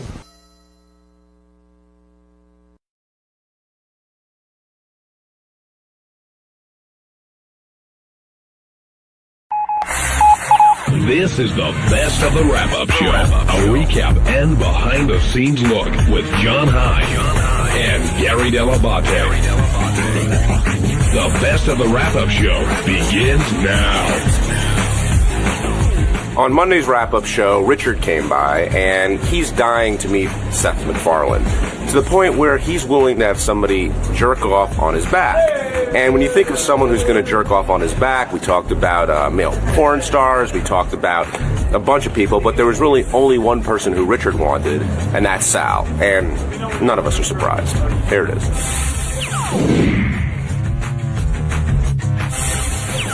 So there's a group of guys here that are huge Seth MacFarlane fans. Richard, Jason. I guess, John, you would be part of that camp, too. I'm not as hardcore as they are, but Richard and Jason in particular. And we've been pitched Seth, a gazillion times, and I just never watched the show. Then my kids started watching the show, and I started watching it with them, and I realized it's really a very funny show, but also I would think that the people that watch that show are Howard fans. There's, a similar thinking there, wouldn't you say? Yeah, I think it's a very edgy, it's animated, it's a very edgy show and great, really deep references to everything, but very, very funny. So we pitched him as a guest a bunch of times. I think he's tried to come on a bunch of times, and Howard's been more of, not that he doesn't like the guy, it's just like, I'm just not that familiar with the show. So in the meeting last week, we were all like, we feel very strongly. We have some good angles on him. He basically got that show on the air almost out of college. But who's we? Like, who's making this pitch? Well, Richard, I'm making the pitch. Will agrees with me from a guest point of view, not even that we're huge fans. And then Richard and Jason are the super big fans. And then Sal, of course. Sal blows like the wind, by the way. I wish I had tape of the meeting. But if Sal senses that Howard's not into it, then Sal goes, yeah, I don't know why. I don't get it. We don't need to have this person. Howard goes, well, maybe you could. That might work out, Sal says. So what happened was we're talking about it in the meeting, and Richard just happens to volunteer that he would blow Seth MacFarlane if Howard would put him on the show. Was that your first offer? Was that because I know that would never happen. Seth MacFarlane is not a gay guy. He would never let me do that. Well, neither are you. Well, I know. And so that's why I just said that jokingly. Oh, if you let him come on, I'll blow the guy. Just kind of understating the fact that I would do almost anything for Howard to approve this guest, because it's one of those guests that has been pitched several times that I always thought, oh, we got to have him on the show. He'd be so great. The voices. I saw him live at Comics, this comic club, comedy club here in New York, and he was amazing. His Hulu commercials, which have been running a lot. Have you seen it, John? Yeah. Where he does all the voices, I thought also was interesting. But, at the end of the day, we pitched Howard enough information where he was on the fence about him as a guest. But then, Richard blowing a guy, God, that sealed the deal. And Richard won't be blowing a guy, but you will be taking another man's load on your back. And I will. And who's that man going to be? Hopefully my partner in crime, Sal Governale. Why don't you just leave out the part in crime? Well, yeah, let's back up a little bit, though. Before Sal, you were saying you wanted a male porn star, one of your favorite male porn stars, to do it. Does it matter who it is? Ultimately, you're getting the load on your back. Yeah, but, these people are emailing me, making me nervous, saying, "Oh, make sure the guy's safe. If it's a dirty load, you could catch something." And so I just thought on a radio standpoint, and Gary loved this idea. I went in and said, "Hey, Gary, what about Nick Manning?" Love that, because it'd be funny. He'd be, he'd growl and yell my name, like dropping loads over Richard Christie's dirty back, things like that. But Nick's a straight guy too, so I don't know that he would be willing to do it. What about your hero Peter North? Well, Peter North never does any gay stuff, so he would definitely not be into that. he he would not do that. So let me I'm ask you sure. a question: Is that basically your admission that on some level this is a gay act? I'll admit that. Yeah, I mean, it's definitely not straight to jerk off on another guy's back, or to get jerked off on. Or to get jerked off on. Like yeah. Richard came to me and he says, after somebody sent them the note about you got to be careful, and of course anybody I would have in would be tested. Oh, they're going to demand Richard be tested, I guarantee. Why? They're not touching Richard. They'll still demand it. In case their penis touches my back or But something. Richard says, can I put saran wrap on my back? And I said, no.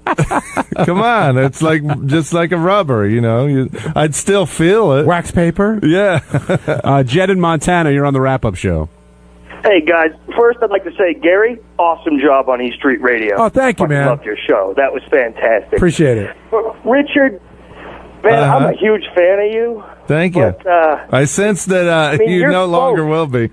No, that's not true, dude. Even if you do it, I'm going to laugh my ass off. That's a fact. But, I mean, you seem pretty tight with your family. What do they make of all this? I mean, that's pretty fucked up. And I'd like to hear your answer. I'll hang up. Thanks, guys. Great show. Thank you, buddy. I'm sure they're in Kansas shaking their heads right now. But I've done a lot of crazy stuff on the show, and they know I'm just doing it as a prank, that I'm not a gay gentleman. And I told them I pay for their Sirius subscription, and I bought them a radio for Christmas 3 or 4 years ago. And I said, hey, if I'm buying you this radio, just don't complain about any of the crazy stuff I do you hear me on there. Does it ever? Is it one of those things where everybody agrees not to discuss it, or does it come up in discussion and you go, hey, I just do that for the show? It comes up in discussion, and they just laugh about it. They got a great sense of humor. Like, would your mother ever say to you, hey, Richard, when that guy did that, weird act, did that really happen? Would your mother ask you that question? They know it all really happens, yeah. And they, they just shake their head. I've always been kind of crazy. I used to do a lot of crazy stuff in high school, and I've had friends that ran through our yard naked, chasing me, telling me they were going to fuck me in the ass, and, just goofing off and stuff like that. So they know I'm a crazy guy. Oh, my God. I yearn for the days when I was on summer vacation and guys would jokingly say they were going to fuck me in the ass. Have they ever wondered if you were gay or not? I'm sure they did. Yeah, I'm sure it came up at Thanksgiving dinner when I wasn't around, because I never got laid until I was 19. Never had any girls around. Only hung out with my buddies, and I guarantee they probably thought I was. Did they ever ask you about it specifically? No. I don't think they would have cared either way, but I'm sure they thought I probably was.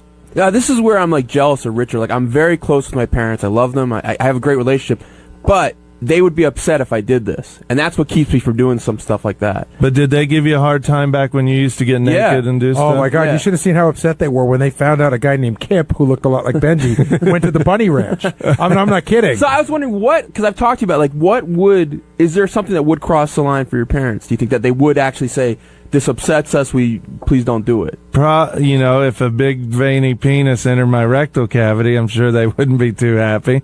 If I went all the way and had gay sex, which I would never do. See, this is where I sometimes wonder if you are gay, because you have to add all these adjectives. Like if you said, if a penis ever entered my not house, a regular penis. that would be gay, but you're like a big veiny penis. That's the line for enters my the rectal veins. cavity. You have a whole thing going on. Well, it's called, theater of the mind. I'm trying to make the radio audience out there, get a little more entertainment by throwing these adjectives in. So if you were going to go that far, if you're going to actually have anal sex, they would say, Richard, we don't want you to do this, or they'd say, hey, maybe you should think about this. My dad would probably call and say, well, we talked to your sister, and she knew a guy who had anal sex, and he said it ripped him up a little bit, so you might want to be careful. Yeah. So I don't know. Yeah, I don't know. They got a real good sense of humor, and I'm a real lucky guy that my parents are very understanding. Now, when Sal came up, you said you would prefer that Sal did it. And I don't know who said that, just have Howard talk to Sal, and then all of a sudden he'll want to do it. Is Sal on board for this now? I don't know. First of all, let me ask you a question. Is it gay if Sal is able to complete the act? No, because he can watch a movie. You know what'll be great for it is those things. Is it called My View that we advertise? Like Sal they're those glasses where you watch video and you don't see anything else outside. That's great. Yeah, but what if he's watching a video of your ass? Well, then there's a problem. No, he'll watch some granny porn or something and get worked up. Now, have you talked to your girlfriend about this yet? No, I'm sure it'll come up. She's probably listening right now. And how would she feel about it? She'll just shake her head just like my parents do. But she never says like, "Hey, you know what? That's a little bit weird for me." And you say, "Hey, this is what I do for a living," or does it ever get to that? No, it never really gets to that. I mean, I don't know. I mean, compared to this, what do you think is worse, this or me licking Sal's balls? Because that was pretty bad. They both have their pros and there's no cons. Because I'm not really doing anything. I'm just laying there. I don't really think that this maybe is even as bad as licking balls. I don't think it is. Like if people are all worried about the gay thing, I think the other thing is more gay. This is just more dramatic. Yeah. But the other thing is actually more. I don't know, dude. I mean, you know, this thing's going to land on your back, and it's going to be warm, and it's going to be from a man, and it's going to be. You can't sit there and separate that as a non-gay act. I'm not going to see it though. I'm just going to feel. No, that's even worse. Really, like, because to me, it's not a big deal except for the stigma. Like everyone's gonna be like, "Oh, it's like so crazy." Like, do you really even give a fuck that much? Not really. As long as there isn't any big health risks, that's the thing I'm worried about. So, are you going to make Sal get tested, or do you just trust that? Since he hasn't had any sex at all in 5 years, that he's probably healthy. Yeah, I'll trust him, but he doesn't wash his hands sometimes, so maybe I want him to get tested or his just pouch. in case. He doesn't watch his pouch in his either. pouch, he might have, there could be something growing in that pouch just from, not washing it for a while. Hey, it's Sal Governale, and on Tuesday's wrap-up show, the boys were pressuring me to jerk off and come all over Richard Christie's back. And, I love Richard. I love the show. I've done some crazy things in my past, but getting naked and whacking off on a man's back, I think that's where I draw the line. Check it out.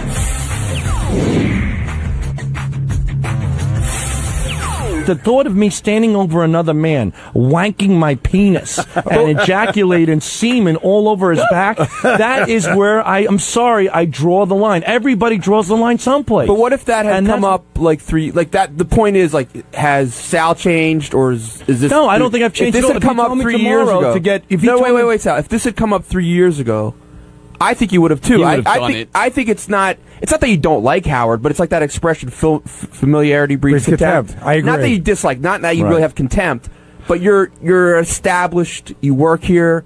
You're not like Howard. You don't feel as willing. You don't feel the need to please Howard as much as you did when we got here. But I have to say that is completely unfair. No, I have sleepless nights over the show. I break my ass for the show, and I'd be willing to do stuff, but there is an area where you have to draw the line. There are certain things that you just don't want to do, and this is something that I don't want to do. I want to move past this. I do remember, though, when we first came to Sirius, there was a couple weeks we were all planning and getting ideas together for Sirius, and they were some of the craziest freaking ideas I've ever seen. Like what?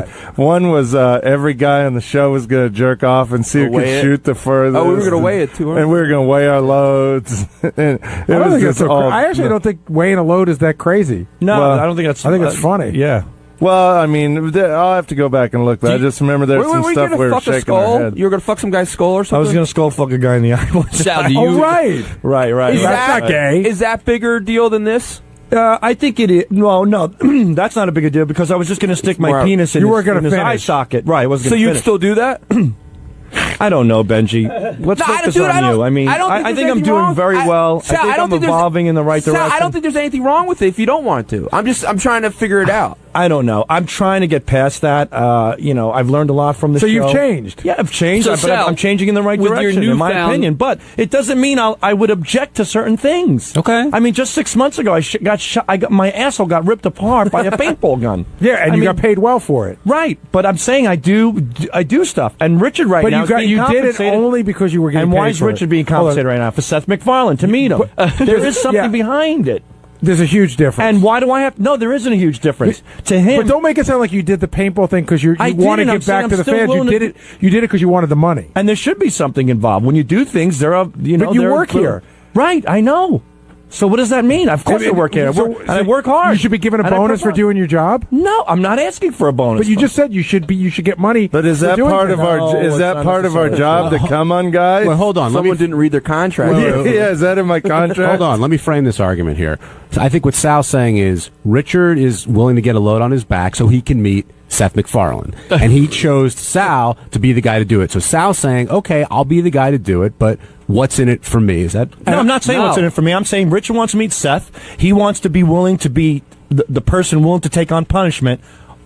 This has nothing to do with me. He's being compensated with Seth MacFarlane. Have you never dragged Richard into one of your dumb sort of gay Sure stunts I have. because you wanted to do it and he didn't? I guess so. In certain cases, I'm sure we do all our things together. I understand he wants me involved in this, but this is something where it's over and above Richard. It's over and above the show. It's about my children. It's about me jerking off on a man. It's a lot more to it. You don't see pornography. It's blatant pornography. Richard, I'm jacking off onto a man. It's like giving somebody a facial. Richard, but sticking your dick in a man's skull, eye socket, is not pornography. Maybe it is. Maybe it isn't. Sure. Yeah. I think it's the erection. Listen, that makes by the way, I have a strong leg to stand on. I'll give you that much. You don't see this as a compliment that Richard would want you of all people? Yes, I do see it as a compliment, and. I'm at a crossroads because I love the guy, but I really am. It's like Sophie's Choice. Yeah, I mean, what hurts me the most is that I want to do something that, I guess, I don't know how to even put this, to make this guy happy. But Richard, is there anything you wouldn't do for Sal? Like if Sal proposed, because I'm thinking you would do anything. If the roles were reversed, or would you do it afterwards? Okay, say if Kiss were to come on the show, and Sal was going to take a load, would you be the guy to give Sal the load?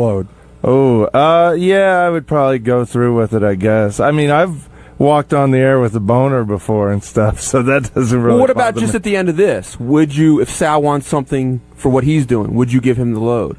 Give him a load back? On his back, yeah. Well, what does he want? I don't know. I don't know. But it's hard to say unless we're in that situation, but I'd do a lot for Sal. I'm not going to bang him or anything, but I'd help him out if he wanted Kiss on the show or something. Sal, do you regret? I'd help out John. If John wants Rush on the show, I would jerk off all over his back. But you want that too, so that doesn't count. Yeah, Richard. No, I just want to see John laying on the ground with me jerking off on top. Hey, Will, now that we're going down this whole road, do you regret that because this really all stems from you? You were the guy that stem from you were the guy that brought it up as the idea when we were going to give away the Panasonic TV. You brought this up. That was like a $50,000 TV, wasn't it? No, I got you, but I'm just saying. You were so looking forward to this. I honestly, I know it's gay, but I don't have a huge issue with if a dude blew his load on my arm or something like that. It's not my mouth, so what do I give a shit? Do you guys feel High Pitch Mike was a little bit fraudulent in that whole deal? Yeah. Yes. In what respect? Because it's not that big a deal if you're gay to have a man's penis on your face. Well, that wasn't a man and that wasn't a penis.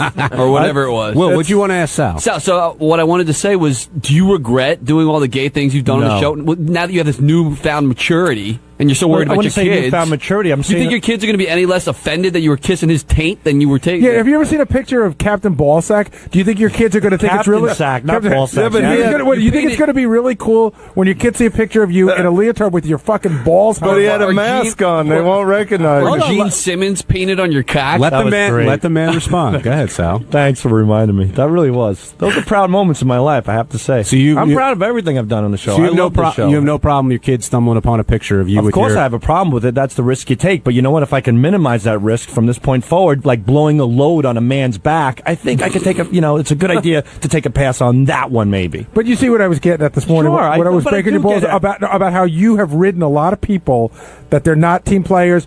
And in meetings, you're the first one that whenever we do a contest, you go, they have to be punished. If they lose, sure. They have to face it. But that's always been a great basis of the show is that, the reward and the punishment. So that's what I was doing with you today. Yeah, well, and it makes sense. But this punishment is like a heavy punishment. Well, you said... No, the punishment is not... no reward. I mean, there's no reward, but...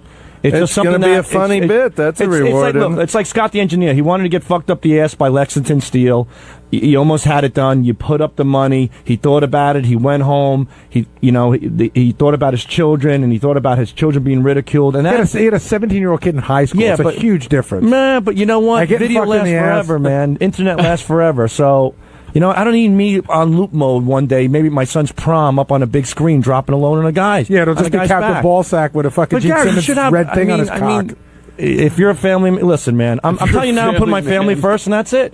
So, Sal, where are you now? Because, like you said on the show today, you're not decided yet. I'm not right. What are you like? How are you kind of coming to a decision? Like, what are the factors? I spoke to my wife last night, and what did she think? She said, "Don't do it." She said, "Don't do it." She said, "Did you say could you drop a load on her instead?" Oh, that's rude. That's wrong, but it's truthful but wrong. She said, "Don't do it," and she said, "Look, you can do whatever you want." Are you worried about disappointing Howard? Yeah, absolutely.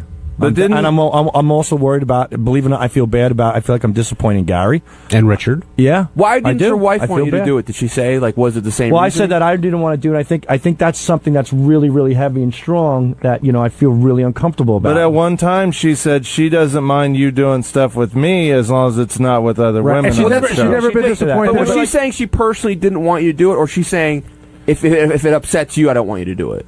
I explained it to her, and she's like, as soon as I explained the stunt, she just jumped and went, no. And I said, well, let me finish. I go, it's going to be the different. She goes, no. She goes, you really want to go through with this? I go, I don't want to go through with this. I want to explain it to you. Maybe. And I have to say, if I had my wife's blessings a little bit, it'd be easier, less pressure, no doubt about it. What if you told her she'd get a new handbag or something? Do you think she'd be into it? No, I don't think so. Again, this has nothing to do with that. This is just where I'm drawing the line. This is just too heavy for me to drop a load onto another man's back, to be over him, to be jerking off. The whole scenario of it, it's really grotesque and disturbing to me. Ralph Sorella, you're on the wrap-up show. This particular stunt. Great intro. Nobody's looking for a well thought out Sal. This is not what I like. It's funny. I was sick of all that gay shit you guys were doing in the beginning, but now that you don't want to do it, now I really want you guys to do some gay shit. Come on, I mean that's the funny thing about it, I guess, is that we don't. This is not something I liked. This was Howard's idea, It was actually Will's idea. Now it's funny though. Crazy. When you're too anxious to do it, it's not funny. Do you think Gary's right in saying that Sal is not a team player if he doesn't go through with this? Absolutely. It's not, especially when Sal screams and yells when, like, Lisa G won't show her snatch or won't do this or that. She's not a team player, So I said Lisa G wouldn't play. Those words come back to haunt you. Hold on. You're comparing a fucking chick playing a violin to a father of three blowing a load on a man's back. No, that's one of the things. Okay, give me another one. Give me another.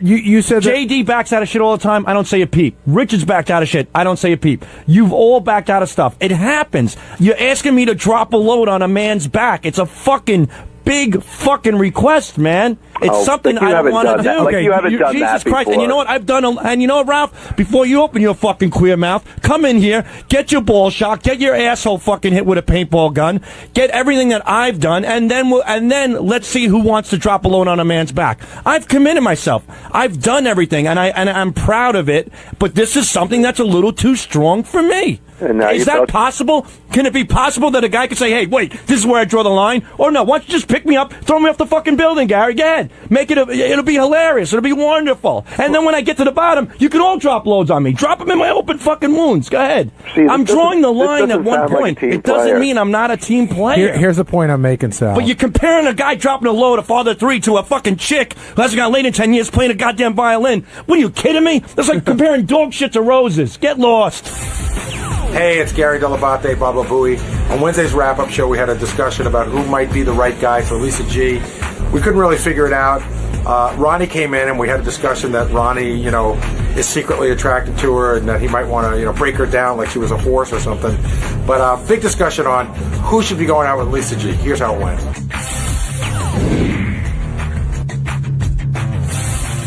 Is it fair for Lisa to compare her lifestyle to Howard's lifestyle? No, she can compare it to every person that has our hours, which is everybody from a baker to a mailman. A lot of people get up at 4 a.m.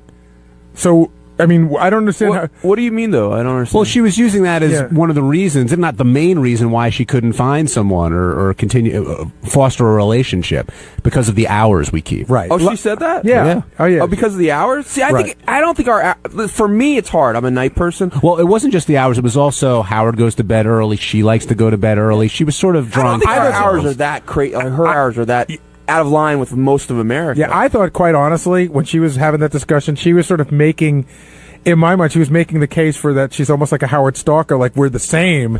Maybe we should be together. You know, we have the same hours. We both go to bed early. We both like to get up early. We should be together. Gary, where would you form that conclusion from? How could that thought possibly enter your mind? I swear to you, if you pry that closet door open, it looks like a single white female. There's nothing but pictures of Howard in there. What time does Lisa, did she say what time she goes to sleep on a regular basis? Well, she said she's in bed by 8, right? Right, but see, Lisa's got something going on in her life that she could pull off a wilder lifestyle if she wanted to, which is what I did when I worked on the show before I was married. You can get out of here at 2 o'clock in the afternoon, sleep for 3 or 4 hours, and go out at night and have a little bit more of a nightlife on a weeknight. She's like, no, go home. She plays it safe. Now, here's the big question. Do you believe when she says she's very content with her life as it is? You know, she's got her job here, she's got her cats, her chamber ensemble, whatever else, and she's okay with that for the rest of her life? Or do you think that's sort of a rationalization because she really would like to meet someone? Well, now, I mean, that's what she said a couple weeks ago, but it's definitely changed. Maybe talking about it, she definitely wants to meet a guy now. So she definitely, that's a new thing for her. All right, and if she was picking around here, is there a right guy, do you think, for her? Would anybody here be interested in dating Lisa? Oh, I think there'd be a couple guys that'd be, well, no. I mean, would we be interested in having sex with Lisa? The answer, some of us, sure. But like, that was a point I brought up today. I think in order to get to sex, you have to put in a lot of time. How much time? I said at least a month and a half. I think that, I'm saying 6 to 8 dates before, and you would think that, again, I'm 48 years old, like, we're not in college. We're not gonna, like, fuck around a little bit. Like, if we're gonna, you know what I mean? We're gonna have sex at some point. I think Howard was right that you could do it. And first of all, I would date Lisa. Like, I think she's attractive. She's got a good personality. We probably will go on a few dates. We talked about it. But I think because Lisa mentioned to me that she loves dating guys who are on this weird list where the girls come and fuck them at 11 at night. Who do you think I'm meeting? But I think Howard's right. You could get him within 3 or 4 dates. I mean, get Lisa within 3 or 4 days. What makes you think that? I just think that there would be a progression, especially with texting. Like, texting can make, can fill in a huge amount of a relationship in a couple of weeks. Would Lisa go out with Benji? I think Lisa would have dinner with Benji, but if you said, "Are you guys going on a date?" I don't think she would. I don't think she would characterize it that way. Would you try to make a move on the first date? No. Not at all. Well, it depends. It depends. Are you talking about for Lisa or just in general? I'm talking about Lisa. No. I would not make a move on the first date. No kiss goodnight, nothing like that? No. Unless I might, like a nice, like, little hand squeeze at the end of the night. And if she approached for the kiss at the end of the night, I might. I don't see those two together either. I'm sorry, but Benji, I'll be the dick on this one. I don't see Lisa dating you. We talked about it in the hall. I think she would. But I might not even call it a date to start with. Like, if I was really wanted to approach it in a smart way. What would you call it then? Let's, like Gary said, let's go out to dinner. You're in the vortex. All right, I'll get out. Jason in Detroit, you're on the wrap-up show. Hey, guys. First of all, I think Lisa and Benji dating would look like the number 10 walking down the street. Second of all... She's not that fat. No. I think Ronnie's got something for Lisa. It's totally obvious. Every time he's in there talking about her, he just sounds like the little kid in the schoolyard, pulling at her pigtails and stuff like that. I think it will come down to it. I don't know if Ronnie would give up, the Ricky Man lifestyle, but I really think he's got something there for Lisa G. I think there's a sexual tension between Lisa G and Ronnie for Ronnie, and I think it has nothing to do with anything more than him having sex with her. I think Ronnie would love to have sex with her, but I don't think Ronnie dreams of having a relationship with her. Well, we've used that pigtail analogy a lot with Ronnie and Lisa, but she really does get under his skin. When she was in the studio, Benji, you didn't hear it. He was yelling in the hallway, like at the top of his lungs to get her out of there and to shut up, and she really bugs him. Yeah, so. Ronnie's like one of those guys that's like, I'll teach her a lesson, I'll fuck her good. You know what I mean? Thanks for your call. Now joining us on the wrap-up show is someone who was a candidate, actually, to date Lisa G, and that's supervising producer of Howard TV? Yes. Mike Gange. Gange, is Lisa in your future? Do you see a possible date? No. First of all, I like Lisa. She's a tad old for me. So right there. Well, wasn't your last girlfriend 14 years younger than you? Yeah. So was it 14 or was it 16? When we started dating, I was 31 and she was 19. But the truth was, he was 31 and she was 18. But he hates the 18 thing. I swear to God, she was 19. How about like a week? Yeah, by like a couple weeks. So anyway, she is a tad old for me. How old are you? 38. Okay. And how old is Lisa, do we think? I don't know. I'm not sure, but she does look good. I mean, don't you guys think? She looks okay for what? I mean, if she's in her 40s, she looks okay. And what if she's? Well, what do you think? She's in her 30s and she doesn't look great. Like, how old do you think she? How old do you think might be like 12 and have that aging disease. I would guess, and I don't know for sure, but I would guess. How old are you, Gary? 48. I would say she's your age, if not. Yeah, I would say about your age. So if Lisa were 48, how do you think she looks? I think she looks okay. I think she looks good. Yeah, body's in great shape.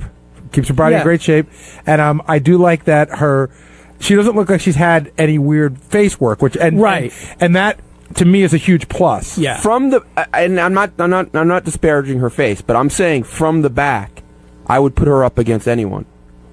If you just look at her from the back. Yeah, no, she's got a body that from the back. Incredible ass. She looks younger. You want that date, don't you, Benji? Huh? But dude, do you disagree that I think she looks That's great. in jeans. We haven't seen it. But so again, why not date? Because she's too old for you? That's part of it. But second of all, I've hung out with Lisa G one night, and